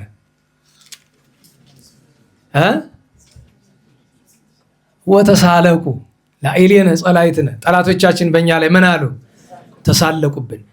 ታዲያ ሁለት ነገር እናንሳ። አንደኛው ለምስጢረ ድነት አስታውሱኝ ብያቸዋለሁ አይደለም? ቅዱስ ዳዊት ጠላቶቻችን ተሳለቁብን ብሎ ሲናገር በእርግጥ በዳዊት ላይ የተሳለቀ ጠላት አለ ወይ ብትሉኝ፣ አዎ አለ። እንዴት ብትሉ በሁለት ተተርክላቸዋለሁ። አንድ በስጋ ሁለት በነፍስ። በስጋ ማን ተሳልቆበታል? ኃጢአት ሰርቶ ነበር አይደለም? በበደለ ጊዜ ከዙፋኑ ተነስቶ የገዛ ልጁ ሲያባረው ከመዘበት አልፎ የገዛ ልጁ አቤሴሎም ወደ ቁባቶቹ ገብቶ አላረከሳቸውም? ተሳለቀ አይደል? በአባቱ ላይ በአባቱ ሴቶች ላይ ተሳለቀ። ያስኬዳል ብዬ ነው። ዋናው በነገረ ድነት ምስጢሩ ግን ጸላእትነ ጠላቶቻችን የተባሉ አጋንንት ናቸው። ከአጋንንት በላይ ጠላት አለ? ተሳለቁብን ያለ በብሉይ ኪዳን 5500 ዘመን በነፍሳት ላይ ይዘብቱ የነበሩ አጋንንት ናቸው። በጻድቃን ነፍሳት ላይ ሁሉ ይዘብቱ ነበሩ። ለምን? ገነት ዝግ ናት፣ የእኛ ምርኮ ናችሁ፣ እናንተ የሞት ቁራኞች ናችሁ እያሉ። ስለዚህ ከዚያ ዘበት እንዲያድን ነው። አንሳ ኃይለ ከማለቱ ለዚያ ነው። አንድ ሁለተኛ ጠላቶቻችን ዘበቱብን የሚለው ለራሳችን የፈለግ ነው። ልብ በሉ። እንዴት ዋላችሁ? ጥንት እና አብርሃዋ አጽብሃ ጠላት ዘብቶባቸዋል? አልዘበተባቸውም። ለምን? እግዚአብሔርን ይዘው ነበር። እነ ካሌብ እግዚአብሔርን ይዘው ነበር። እነ ገብረ መስቀል እግዚአብሔርን ይዘው ነበር። እነ ቅዱስ ላሊበላ እግዚአብሔርን ይዘው ነበር። እነ አምደ ጽዮን፣ እነ አፄ ዘርዓ ያዕቆብ እግዚአብሔርን ይዘው ነበር። እነ አድያም ሰገድ ኢያሱ፣ እነ አጤ ፋሲል እግዚአብሔርን ይዘው ነበር። በአድዋ ጦርነት እግዚአብሔርን የያዙ ምኒልክ ጠላት ዘበተባቸው? ንገሩኝ። አልዘበተባቸውም፣ አልተሳለቀባቸውም። ታዲያ ጠላት መዛበት የጀመረ መቼ ነው? አንድ ድርቡሽ ጎንደር ላይ ዘብቷል። 1881 ሲነግሩት አልሰማ ብሎ የከተማው ሰው በተለይ ካህኑና ሊቃውንቱ አልሰማ ብለው። ቀጥሎ በ1928 በኃጢአታችን በበደላችን ምክንያት ረድኤተ እግዚአብሔር ቢርቀን 5 ዓመት ጣሊያን አልዘበተብንም? ሰው በአካፍ አልተገደለም? ያ ሁሉ ግፍ የደረሰ እግዚአብሔር ቢለየን ነው። ከዛ ቀጥሎ እንዴት ዋላችሁ? በ1966 ዓመተ ምህረት አብዮት ተነሳ ተባለ። አፄ ኃይለ ሥላሴን የገደለው ደርግ በቤተ ክርስቲያን ላይ ሲዘብትባት ኖሯል። ሎቱ ስብሐት እግዚአብሔር የለም እያለ ቤተክርስቲያኑን ሲዘብትባት ኖሯል። ቀጥሎ የመጣው ኢህአዴግም ሲዘብትባት ነው ይኖራል። በሀገር በቤተክርስቲያን ሲዘብት ነው ይኖራል። ዛሬ ወተሳለቁ ላዕሌነ በእኛ ላይ ዘበቱ ተብሎ ከዚህ በላይ መዘበት አለ? በነገራችን ላይ እንዴት ዋላችሁ? ሰውን ገለ አስከሬኑ ላይ እንኳን ስንት ነገር ነው ቢዘበት። በነገራችሁ ላይ የሚቀፈው ነገር ሰዎች ክፎች ሰው መግደል ከፈለጉ ዝም ብሎ መግደል አይችሉም ነበር? ከህፃን እስከ ሽማግሌ ድረስ በሴትነታቸው የሚያስነውራቸው ለምንድን ነው? ለመግደል ዝም ብሎ የማይገሏቸው። እሱ ብቻ አይደለም፣ በታሪክ ተሰምቶ የማይታወቅ ነገር ከገደሉ በኋላ እንኳን አስከሬን የሚያስነውሩ አለ አይደለም? የሴት አስከሬን የሚያስነውሩ አሉ አይደለም? እስከዚህ ድረስ ለምንድን ነው መዘበቻ ይሆን ነው? በነገራችሁ ላይ ሞታችን የድቃቂ ሳንቲም ያክል ትርጉም ያለ ሰይጣን ለምንድን ነው? ጠላት እየዘበተብን። መዘበቻው ጎዳናው ብዙ ነው። በነገራችሁ ላይ ካህን ተብሎ ብዙ ነውር ሲሰራ ጠላት ያያል አይደለም? ተመልከቱ የነገሌን ቄስ እየተባለ ይዘበትብናል። ጳጳስ ተብሎ ምናምን ሲያርግ ተመልከቱ ይባላል። የሚገርማችሁ ነገር ዘበት ሲባል እኮ የሁሉ ክርስቲያን እያለቀ የሁሉ መከራ በቤተክርስቲያን ላይ እየደረሰ ምንም እንዳልተፈጠረ ደሞዙን እየቆጠረ የሚበላ ሰው አለ። የሃይማኖት አባት አስተማሪ ተብለን ማለት ነው። መዘበቻ ሆነናል፣ መቀለጃ ሆነናል፣ መሳለቂያ፣ የአሕዛብ መሳለቂያ ሆነናል። መሳለቂያነታችንን ግን መረዳትም ራሱ አቅቶናል፣ አልቻልንም። እና ስለዚህ መፍትሄው ምንድን ነው ከተባለ መዘበቻ እንዳንሆን መድኃኒት ሁለት ነው። ንስሐ መግባት፣ ወደ እግዚአብሔር መቅረብ ነው። ከዚያ ወደ አንድነት መምጣት ነው። አንድ ነን ስንቆም ምንም ማድረግ አይጠበቅብንም እኮ ነናዋላችሁ። የሰፈርን ውሻ በድንጋይ መማታት አይጠበቅብንም፣ በዱላ ምናምን አይደለም። የሰፈሩን ውሻ አባቶቻችን ምን ብለዋል? ሁለት ነገር አድርግ ብለዋል። አንደኛ አትሩጥለት። ነናዋላችሁ። ውሻ ከሮጥክ ደስታው ነው፣ አትሩጥለት። ሁለተኛ ሁልጊዜም ከእጅ ወይ ደንጊያ ወይ በትር ይኖር። አክትም የምታደርግበት አይደለም፣ ጭስም ብለ ያዘው። በዚህ ምክንያት ውሻው አይቀርብም። ተማሪውን ተመልከቱት። እነዚህ በልማድ ታክስ የሚባሉት ትከሳ ወይም ለመለመን ሲሄዱ በእጃቸው ጊዜ ምን ይዛሉ? በትር አይደል? እንደው ምስክር አለን። በትር ይዛሉ አይደል? ውሻውን ይማታሉ? አይማቱም። ምንድነው የሚያደርጉት? ብሎ እንግዳቸው ነው የሚሉ። ዱላውን ግን መያዛቸውን በጣም እምቢ ካለ አይደለም ወደሱ መጠቆም ነው። አለቀ።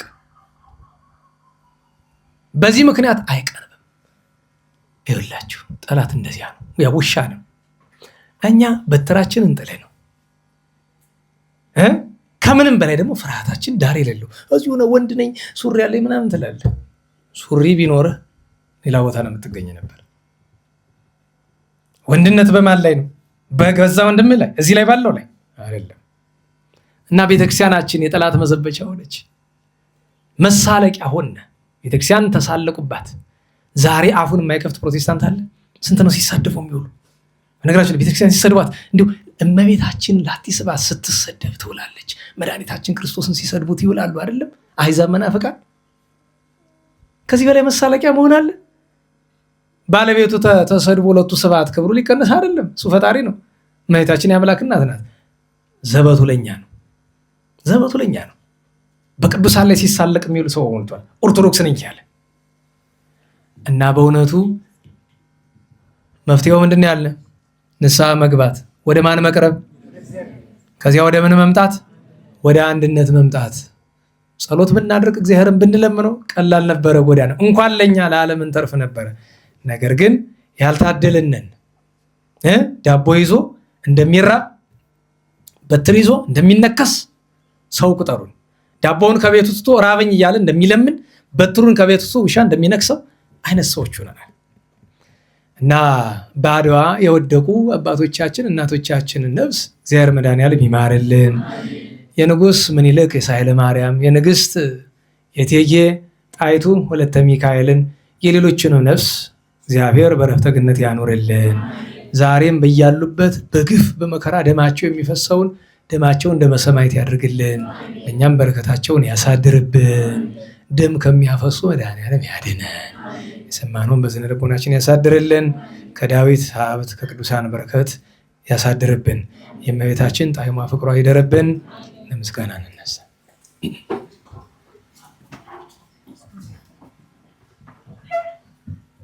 ስብሐት ለአብ ስብሐት ለወልድ ስብሐት ለመንፈስ ቅዱስ ስብሐት ለአብ ስብሐት ለወልድ ስብሐት ለመንፈስ ቅዱስ ስብሐት ለአብ ስብሐት ለወልድ ስብሐት ለመንፈስ ቅዱስ ስብሐት ለእግዝእትነ ማርያም ድንግል ወላዲተ አምላክ ስብሐት ለመስቀለ እግዚእነ ኢየሱስ ክርስቶስ ክርስቶስ በምሕረቱ ይዘከረን አመዳግም ምጽአቱ እያስተፍረን ለሰቦተ ስሙ ያንቃን ወበአምልኮቱ ያጽናን እግዝእትነ ማርያም አይርጊ ጸሎተነ ወአስተስርይ ኩሎ ኃጢአተነ ቅድመ መንበሩ ለእግዚእነ ለዛብልዐነ ዘንተ ህብስተ ወለዘአስተየነ ዘንተ ጽዋዓ ወለዘሰርዐ ለነ ሲሳየነ ወአራዘነ ወለዘተአገሰ ለነ ኩሎ ኃጢአተነ ወለዘወሃበነ ሥጋሁ ቅዱሰ ወደሞ ክቡረ ወለዘአብጽሐነ እስከ ዛቲ ሰዓት መላለም ምሕረቱ ወአብሮቱ ስብሐት ለእግዚአብሔር ልዑል ወለወላዲቱ ድንግል ወለመስቀሉ ክቡር ይትአኮቱ ይትሰብሐ ወትረ በኩሉ ጊዜ ወበኩሉ ሰዓት ስብሐት ለአብ ወወልድ ወመንፈስ ቅዱስ ለዓለሙ ለዓለመ ዓለም። አውሎግሶን አውሎግሶን አውሎግሶን በእንተ አብ ወወልድ ወመንፈስ ቅዱስ አቀበት ለወጡ ቁልቁለት ለወረዱ ብርትብ ለተሰባቸው ደረቅ ለነደደባቸው ለረዱ ለተራዱ ለዘከሩ ላዘከሩ ስመ እግዚአብሔር ስመ ማርያም ድንግል ስመ ቅዱሳን ለጠሩ እግዚአብሔር አስበ ቅዱሳን ይሰብልን። ጸሎተ እግዝእትነ ማርያም ንበል። ሰላም ለኪ ዘንሰግድ ብለኪ ማርያም መነን አስተበኳኪ ማርያና የተማይጸነብኪ በእንታና መኪያኪ ማውኪ ማይበረኔውም ድንግል ባርኪ ጸሎተ እግዝእትነ ማርያም ድንግል ወላዲተ አምላክ ተአበይ መንፈስ ለእግዚአብሔር ተሳሳይ መንፈስ በአምላክ መድኃኔ ስመሬማ ማላመቱን አሁን ይዝስ ያስተበጹኒ ኩሉ ትውልድ እስመ ገብረ ሊታ ኃይል አብያቶ ቅዱስ ሙሳይሎኒ ለትውልድ ትውልድ ለለ ይፈርቡ ገብረ ኃይል በመዝራይቱ ወዘረውም ለለ አብይልና ለቦሙ ነዘቶ መላየላን መናብርቲሆሙ አይበዮም ለተቷን አስገቡም በረከቱ ለርባን ፈነው መራቀሙ ለቡላኑ ተወክፎ ለእስራኤል ቁሪሁም ወተዘከረ ሳይሎም ዘይቤሎም ለአበዊነ ለአብርሃም ወለዘሩ እስከ ለዓለም ባረከኒ ቅድስኒ አንጽህነ እግዝእትነ ማይሰሪው ለሰይጣን አሞለ መድኅን ወለተ ብርሃን ኦ መዝገበ በረከት መዝገበ ቅዱሳት መዝገበ ነጽ መዝገበ ራእይ መዝገበ የዋሃት ባረከነ በእርየኪ በከመ ባረኪ ለኤፍሬም ፍቁርኪ በበረከተ ወልድኪ ወአብ ወመንፈስ ቅዱስ ስብሐት ለአብ ወወልድ ወመንፈስ ቅዱስ ለዓለሙ ለዓለመ ዓለም። ሰላም ለአብ ዘእምቅድመ ዓለም ነጋሲ ለወልድ ሰላም ሥጋ ማርያም ለባሲ ለመንፈስ ቅዱስ ሰላም ኃጢአት ዓለም ደምሳሲ ኃይልየ ሥላሴ ወጾንየ ሥላሴ በስመ ሥላሴ ቀጠቅጥቀይሴ ኦ ፍጡነ ረድኤት በብዙ ጾታ ከመግዝእትከ ርግበ ኤፍራታ በሰማይ በላዕሉ በምድር መታይታ አምኅለከ ጊዮርጊስ በስመ እምከቲሁ ብስታ ሞገሰ ስም ታብኒ ከመ ስምከ መንታ ቃል የስም እግዚኦ ለቦ ጽራይ ዋጽማኒ ቃለ ስለቴ ተሳሊተ ዳዊት አበ አምላኬ እግነ ከመከማከ በኩሉ ልቤስ ማልቦ ሀጥብ ወይጉይ ዘከማየ ማርያም ንጽሕት ድንግል ወላዲተ አምላክ ማእመንት ሰአሊተ ምሕረት ለወሉደ ሰብ ሰአሊ ለነ በክርስቶስ ወልድኪ ይስረይ ኃጢአተነ ሰአሊ ለነ ቅድስት አድኅነነ ሕዝበከ ወባርከነ ርስተከ ሀበነ ኃይለ ወመዊአ ለአግብርቲከ ለእለ ንፄውእ ስመከ ዕቀበነ ውሉደ ሕዝብከ ወሕጽረነ በኃይለ መላእክቲከ ወትረ በኩሉ ጊዜ መስቀልከ ርድአነ ወበፀ መስቀልከ በእንተ አብርሃም ፍቁርከ ወበእንተ ይስሐቅ ቁልኤከ ወበእንተ እስራኤል ቅዱስከ ተዘከር እግዚኦ ኪዳነከ ፍጡነ ፈኑ ዛህለከ መሐርኪያነ ዘፈጥረ ስረይ ኃጢአተ ሕዝብከ ወመሐር ተግባርከ እግዚኦ ታጥፍአነ ማርያም ወላዲትከ ወበእንተ ዮሐንስ መጥምቅከ ወበእንተ ኩሎሙ ቅዱሳኒከ ርድአነ ወትረ በኃይለ መስቀልከ ታስተሐፍረነ እግዚኦ በቅድሜከ እግዝእትነ ነጽሪ ኀቤነ ጸልዪ ለነ ለደቂቅኪ ወአድኅነነ እምኩሉ ምንዳቤ ወኀዘን መዓልተ ምስሌነ ወሌሊተ ማእከሌነ አንተ እግዚኦ ኢትርሐቅ እምኔነ አሉ ምስሌነ ረዳኤኩነነ ኢትግድፈነ ወኢትማልለነ አምላከ ሰላም ተራዳነ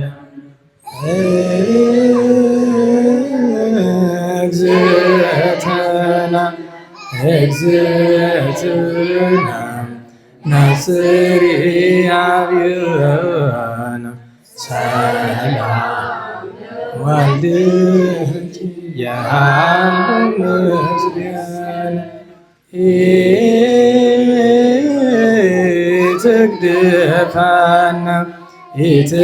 ኢትግድፈነ ወኢትመንነነ አምላከ ሰላም ተራድእ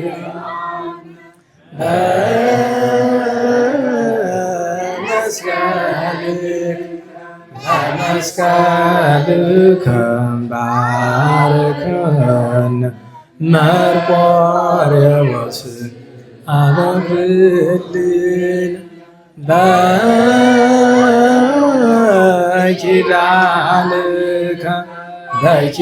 በኪዳንከ ከማኅፀን አብየ እግዚእ አበብልን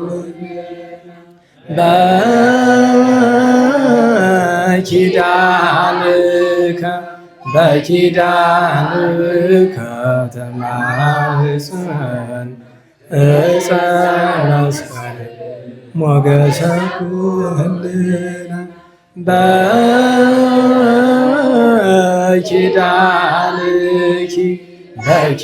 በኪዳንኪ ተማኅፀን ወላዲተ አምላክ እመ ኩልነ ቸሩ መድኃኔዓለም ፈጣሪያችን በሰላም አስጀምሮ በሰላም ያስፈጸመን ቅዱስ ስሙ የተመሰገነ ይሁን። የእመቤታችን የወላዲተ አምላክ ጣዕሟን ፍቅሯን የቅዱሳንን በረከት የቅዱስ ዳዊትን ሀብት ያሳድርብን። ከታዘዘ መቅሰፍት ከነደደ እሳት ከዕለት ኪት ከዘመነ መንሱት ከግራ ቁመት መድኃኔዓለም ያድነን። የታመሙ የታሰሩ የተቸገሩ የተጨነቁ በመከራ ያሉ ወገኖቻችን ሁሉ በቸርነቱ ያስብልን። አገሩን ደብሩን ማህበሩን በሰላም ይጠብቅልን። አስቡን አትርሱን የሚሉን ሁሉ በየስማቸው በቸርነቱ ያስብልን። የሞቱ ወገኖቻችን ነፍሳቸውን ያጽድቅልን። የመምህራችን የገብረ ኪዳን የወንድማችን የፍቅረ ሥላሴ እህታችን የሁለት ትንሣኤን ነፍስ በአብርሃም በይስሐቅ በያዕቆብ አጠገብ ያኖርልን። ሰላም በዋለን ቸርነት መድኃኔዓለም ሰላም ያሳድረን። አቡነ ዘበሰማያት እንበል። ይትቀደስ ስምከ ትምጻእ መንግሥትከ ወይኩን ፈቃድከ በከመ በሰማይ ከማሁ በምድር ሲሳየነ ዘለለ ዕለትነ ሀበነ ዮም ህድግ ለነ ከመ ንሕነኒ ንህድግ ለዘአበሰ ለነ ኢታብአነ እግዚኦ ውስተ መንሱት አላ አድኅነነ ወባልሐነ እምኩሉ እኩይ እስመ ዚአከ ኃይል ወስብሐት ለዓለመ ዓለም። በሰላመ ቅዱስ ገብርኤል መልአክ ኦ እግዝእትየ ማርያም ሰላም ለኪ ድንግል በኅሊናኪ ወድንግል በሥጋኪ እም እግዚአብሔር ጸባኦት ቡርክት አንቲ እምአንስቶ ወፍሬ ከርሥኪ ተፈሥሒ ፍሥሕት ኦ ምልዕተ ጸጋ እግዚአብሔር ሰአሊ ወጸልይ ለነ ምሕረታ በፍቁር ወልድኪ ኢየሱስ ክርስቶስ ከመ ይስረይ ለነ ኃጣውኢነ ተማኅፀነ በኪ። ስብሐት ለአብ ስብሐት ለወልድ ስብሐት ለመንፈስ ቅዱስ ይእዜኒ ወዘልፈኒ ወለዓለመ ዓለም አሜን። ቸሩ እግዚአብሔር ቅዱስ ስሙ የተመሰገነ ይሁን፣ የተመሰገነ ይሁን። አጭር መልእክት ብቻ ልንገራችሁ። እንግዲህ ነገ ዓርብ የኔታ ተሾመ ካረፉ 6 ወር ይሞላል። ስለዚህ የ6 ወር ፍትሐት ይኖራልና እህቶቻችን በረከት ተሳተፉ። እንግዲህ 2 አይነት አቆጣጠር ነው ያለው። በቤተ ክህነት ያላችሁ ሰዎች የምታውቁት ይሆናል። የመንፈቅ ዓመት ፍትሐት ከተባለ 6 ወር ሳይሆን 2 ወይ 3 ቀን ይጨምራል። ግን በአብዛኛው ያምታታል። የሚያምታታበት ምክንያት ምንድነው? መንፈቁን ስንፈልግ 365 ነው፣ ስንከፍለው እንቸገራለን እና ብዙ ጊዜ የሚያደርጉት እነሱ 183ኛዋን ቀን ለመያዝ ነው የሚሞክረው። እንደዛ እናድርግ 183ኛዋን ቀን እናድርግ ከተባለ በ29 አካባቢ ነው የሚመጣው፣ 29 ወይ 30 አካባቢ። ግን ዞሮ ዞሮ ቀኑ በጣም አያስጨንቅም። የ6 ወር ፍትሐት ነው። በ27 ይፈታ። በዚያውም የፈለግንበት ምክንያት ያው 27 ላይ መውደቁም ጥሩ ስለሆነ ነው። ስለዚህ ከአንድ ቦታ አንድ ሰው ብቻውን ከሚሰራው በረከት መሳተፍ ትችላላችሁ። ልጆች ጋር ተነጋገሩና በዚያውም ዳዊት መድገም የሚቻላችሁ ሰዎች በረከት ተሳተፉ። አይረፍ እግዚኦ ነፍሰ መምህርነ ገብረ ኪዳን እንበል። ሁሉ ነገር ይረሳል። እግዚአብሔር ይመስገን። እኛ አንረሳም፣ እንኳን እሳቸው ሌላውንም አንረሳም። ዞሮ ዞሮ ሰርክለት ሳናነሳቸው አሉንም። ግን ዋናው ትልቁ ነገር እናስብና በረከት እንሳተፍ። የዚያን ቀን እሱን ነው መልእክት እናስተላልፈው። በተረፈ ያው በዚሁ በአደባባይ መናገር ስላለብኝ ነው። እንግዲህ እስካሁን ድረስ አልታዘዝም እንዳሉ መስሎ ሲሰማ ስለቆየ እንታናው ሰናይ እስካሁን ዝክረ ቅዱሳን አንድ አስተማሪ ብቻ ነው የነበረው። 2ኛ አስተማሪ ሆነዋል። እንግዲህ በቋሚ አድርገናቸዋል። ቋሚ ማለት በሌላ በምንም ሳይሆን አገልጋይ ማለት ነው። ቋሚ አገልጋይ እኔ እንደምሆነው ማለት ነው። ስለዚህ በአገልግሎቱ በምኑ ሲቸግራችሁ መማከር የምትችሏቸው እሳቸው አሉ። ብሉይ ሐዲስ እንደሚገባ ጠፈፍ አድርገው ባለሙያ ናቸው። በተለይ በቅኔው ደግሞ ፍትሹ ካላችሁ። ግን ሄዳችሁ ልባቸውን አፍሱ አይደለም፣ ጨጓራቸውን ስለሚያማቸው እኔ እንደደከሙ ሳይሆን በመጠን ቢሆን ዞሮ ዞሮ ምንድነው አገልግሎት ከተባለ ትንሽ መድከማቸው ግድ ነው። መድከም አይቀርም። ግን ሰው ተምሮ ሙያ ይዞ ተደብቆ ቢኖር ጥሩም አይሆንም። ስለዚህ ይህንን ለማሳወቅ ያክል ነው። ስለዚህ መደበኛ አስተማሪ ናቸው። መደበኛ አስተማሪ ስንል በስጋ አመለካከት እንዳታዩት፣ በቃ አገልግሎት ነው። ሲመቻቸው ያገለግላሉ፣ ሲቻላቸው ቀን ማለት ነው። እና ይህንን በዛው ለማስተዋወቅ ነው። መዝሙሩን ላሰናብትና እንዘምራለን። በሰላም አስጀምሮ በሰላም ያስፈጸመን ቸሩ መድኃኔዓለም ክፋት ሳይመታን ሾህ ሳይወጋን ኃጢአት ሳይሰለጥንብን በደልም ሳይገዛን የብርሃን መላእክት በፊት በኋላ በቀኝ በግራ እየጠበቁን ለጊዜ ወደ የቤታችን ለፍጻሜው ተስፋ ወደምናደርጋት መንግሥተ ሰማያት ከተከፈተች ገነት ከተነጠፈች ረፍት ከአባቶቻችን ርስት ሁላችን በሰላም ያድርሰን። በእነዚያ እህቶቻችን ከዚያ ከኃጢአት ሕይወት በሚመለሱ እህቶቻችን ጉዳይ ሁላችሁም እየተሳተፋችሁ አይደለም። ስራውን እየሰሩ ያሉ በጣም የሚቆጠሩ ሰዎች ናቸው። እንኳን ሌላ በኮሚቴ ደረጃ ያላችሁ ሰዎችም እየሰራችሁ አይመስለኝ። አሁን እናንተ ለምንድን ነው የማትሳተፉት? ስሩ። አሁን በተለይ ባለሙያ የሆናችሁ ሰዎች በተለይ እህታችን አግዙ። በምታግዙት ነገር ታስፈልጋላችሁ። ግድ አሁን እሳቸው ናቸው የሚያስተምሯቸው፣ ግን አስተማሪ ብቻውን አይደለም። በነገራችሁ ላይ እንዴት ሆናችሁ ብሎ እንኳን ስልክ መያዝ የተወሰነ ሰው ስልክ ብትይዙ ምን አለ? ጊዜ ሲኖራችሁ እረፍት ሲኖራችሁ እየደወላችሁ ማነጋገር። ምክንያቱም ትልቁ ችግር ይሄ ስራ ሲሰራ እነዚህ ሰዎች ከአጋንንት ጋር ነው ጦርነቱ አይደለም። እነዚህ ሰዎች ስራ ስለሰጠናቸው ገንዘብ ስለሰጠናቸው ብቻ አስተማሪ ስለመደብን ብቻ አይሆንም። በሁለት ሳምንት አንድ የሚያስተምራቸው በወር አንድ የሚያስተምራቸው አስተማሪ ብቻውን ለውጥ ማምጣት አይችልም። እና ከወንዶች ይልቅ ለዚህ ስራ ሴቶች ብትችሉ ለጊዜው 180 ያክል ቁጥር ነው የተያዘው እና አንዳችሁ ብትችሉ 5 ቢያቅታችሁ 2-3 ብትይዙ በተለይ ትንሽ በርታ ያላችሁ እህቶቻችን ሙያ ያላችሁ በተለይ ደግሞ ደውላችሁ እንዴት ናችሁ እንዴት ሆናችሁ ብሎ እንደ ቤተሰብ መሆን ማለት እየሄዳችሁ በአካል ምናምን ጠይቁ። እሱ ላይ ይሳካ ይችላል፣ ግን ቢያንስ የሚያናግራቸው ኮንታክት ያስፈልጋቸው። ወደዛኛው የሚስባቸው ብዙ ነው ያለ። አሁን ስራው ሲሰራ እዛ አካባቢ ያሉት ተመልሰው እንዲገቡ ለምን ቢባል እኛ በምንሰጣቸው የሚያገኙት ገንዘብ ትንሽ ነው ትርፋ የሚያገኙት አይደለም። እዛ ግን አንዳንዴ በአንድ ቀን ኃጢአት ብዙ ገንዘብ ሊያገኙ ሲሉ በዚህ ያጓጓቸዋል። ስለዚህ አንደኛ ኮሚቴ ውስጥ ስራ አመራር ውስጥ ያለ እንኳን አንድ ወይ ሁለት ሴቶች ናቸው ያሉት። እናንተም ይህንን አድርጉ። ከዚያ ስም እንዳልጠራ ነው ስለማን እንደማወራ ገብቶሻል። አንድ ያለው እህታችን ዶክተር፣ ሌሎቻችሁም እንደዚሁ እዚህ አሁን ለምሳሌ አንቺም እንደዚሁ አንድ ቢያንስ ማውቃችሁም ብዬ ነው። እናንተ ታሳቢ አድርጉት። ያቺ ቀይዋ ልጅም በጣም የበለጠች ቀያለች አይደል? በቀይነት በሌላው እግዚአብሔር ይወቅላት። እንደዛ ስለማን እንደማወራ ይገባችኋል። ነው ተውት። እናንተ ሁላችሁም ቀይ ነን ብላችሁ ነው የምታስቡ። እኔ ስለማን እንደማወራ አውቃለሁ። ወይም የጋሽ ዮሐንስ ልጅ ይገባሻል። እናንተ ስራዬ ብላችሁ ከሱ ከወንድማችን ጋር ተገናኙና ኮንታክት ያዙ። ይነሱ በሳምንት አንዴ የሚሆን እንዴት ናችሁ? መጀመሪያ ግን በአካል አንዴ ያገኟቸው። ትምህርት ጉባኤ በሚኖርበት ጊዜ በሚማሩበት ቀን ሄዳችሁ ኮንታክታቸውን እዛ ነው የምትቀበሉት። ከዛ አይዟችሁ በሚያስፈልገው ነገር አለ። በነገራችሁ ላይ ጓደኛ የወለደች ጓደኛ ምናምን ያለች ስኳር ይዘሽ በደል ነው። ስኳር ቤቷ ሞልቶ የተረፈላትን ሴት ከምትሄጂ ያንን ስኳር እዛችኛ ይዘሽ ብትሄጁ ጽድቅ ነው። የራባት እያለች ላለራበው ሰው ወለደች እና ግን እመቤታችን ትማረች ብሎ መውጣት ነው እንጂ ለወለደችው ስኳር ምን ያደርግላታል? እውነቴን ነው። የወለደ ስትጠይቁ ሌላ አዲስ ትምህርት አመጣው እንጂ መጀመሪያ ቼክ ማድረግ ምንድነው? ድሃ ናት አይደለችም? ድሃ ከሆነች ውሰዱላት። ድሃ ደግሞ ስትወስዱላት እንደዚህ ብላችሁ ንገሩ። አደራ ምከሩ። ስለ ሶስት ሰጡ ስኳርም ምንም ብርም ስትጠይቁ ማለት ነው መልስ ይዛችሁብኝ እንዳትመጡ ብላችሁ ንገሯቸው በግልጽ። ነውር አይደል? ምክንያቱም ስኳር ካመጣሽ አንቺም ሚቃንስ ደ3 ወር ልጅ ምንድነው የምታደርግ? በሲም ስኳር ነው። 1 ኪሎ ከሆነ 1 ኪሎ ነው የሚመጣ። በነገራችሁ ላይ ሂሳብ እንድትሳሰብ ከተባለ እንዴት ባላችሁ ተጎጂው ድሮ የገዛው ነው አሁን የገዛው ነው? ስኳር ለኪሎ 10 ብር ያለ የገዛው ነው ወይስ አሁን ስኳር ምናምን እስከዚህ ድረስ ያዳርሳል ብዬ ነው። ጥሩም አይደለም ይሄ። ከከኝ ልከክህ መጥፎ ነው። ፖለቲካ እኮ ነው እያደረግናል። በነገራችሁ ላይ ፖለቲካ ምንድነው ስሙ? ጊቭ ኤንድ ቴክ ይባላል። ወይም ደግሞ ምንድነው የምትሉ እናንተ ፈረንጆቹ? የስክራች ማይ ባክ ያለ ከከኝ ነው። አይ ይኸውልህ እና ስለዚህ አደራ የሆነ ነገር መጠየቂያ ይዛችሁ ስትሄዱ ሆስፒታልም ቢሆን ለምሳሌ የእናንተ ወገን ታሟል አይደል? መጠየቂያ ይዛችሁ ሄዳችሁ ግን መስጠት ለማን ነው? ለእናንተው አይደለም። ጠያቂ ለሌለው ነው መስጠት። አራበውን ወይ ደግሞ እዚህ ቀበሌ 11 አንድ ዱርዬ አለ 1 ኪሎ ሙዝ ይዞ ይሄዳል። ጠያቂውን ያየዋል። ደህና ከሆነ እያወራው ምሽቅ አድርጎ ለራሱ በልቶት ይሄዳል። ይሄ ደግሞ እንዲያው ጅል ነው። ለዳቢ ሰጠው ምን አለ ራሱ በልቶት ይመለሳል። ግን ትቶት ከሚወጣው ይሻላል። እውነቴን ነው። እኔ በበላው እንጂ ተፈውስ ሸሎ አለቃ ገብረሃና እና ሌላ ነገር አመጣሁባችሁ። ተሳተፉ እህቶቻችን በበጎ ፈቃደኝነት እነጌታ ሰውን እዚያም ያሉ ወንድሞቻችን አናግሯቸውና ተሳተፉ። ይሄ በጣም ትልቅ የቅድስና ስራ ነው። እንደ አንድ ሰው ያለኝ ልንገራቸው። አንድ ሰው እህቶቻችን ፈርተው እንደሆነ አለኝ። ምንድን ነው የፈሩ ሲባል እንዲያው አለ አይደል ፈተናው ያስቸግራል። መንፈሳዊ ሰው ስትሆኑ ነው እነሱ የሚያስቸግራቸው። በነገራችሁ ላይ የአንድ ሰው ፈተና ወደ አንድ ሰው መጥቶ የሚያስቸግርበት ብቸኛው መንገድ ጸጋ እግዚአብሔር ያደረባችሁ ከሆናችሁ እናንተ ስትጸልዩ የዛኛው ሰው ፈተና ይመጣል። የታወቀ ነገር ነው። ይህን ስታደርጉ ደግሞ አምናችሁበት ነው። ለምን ውጊያ ነው፣ ታጥቆ ነው። በነገራችሁ ላይ እንደዚያ ሲሆን፣ አሁን ግን እናንተ ባላችሁበት ደረጃ እንደዚያ ነገር ጥንቃቄው ያስፈልግ ይሆናል። አይበቃም? ስብሐት ለእግዚአብሔር ልዑል ወለወላዲቱ ድንግል ወለመስቀሉ ክቡር ዕፀ ኃይል አሜን።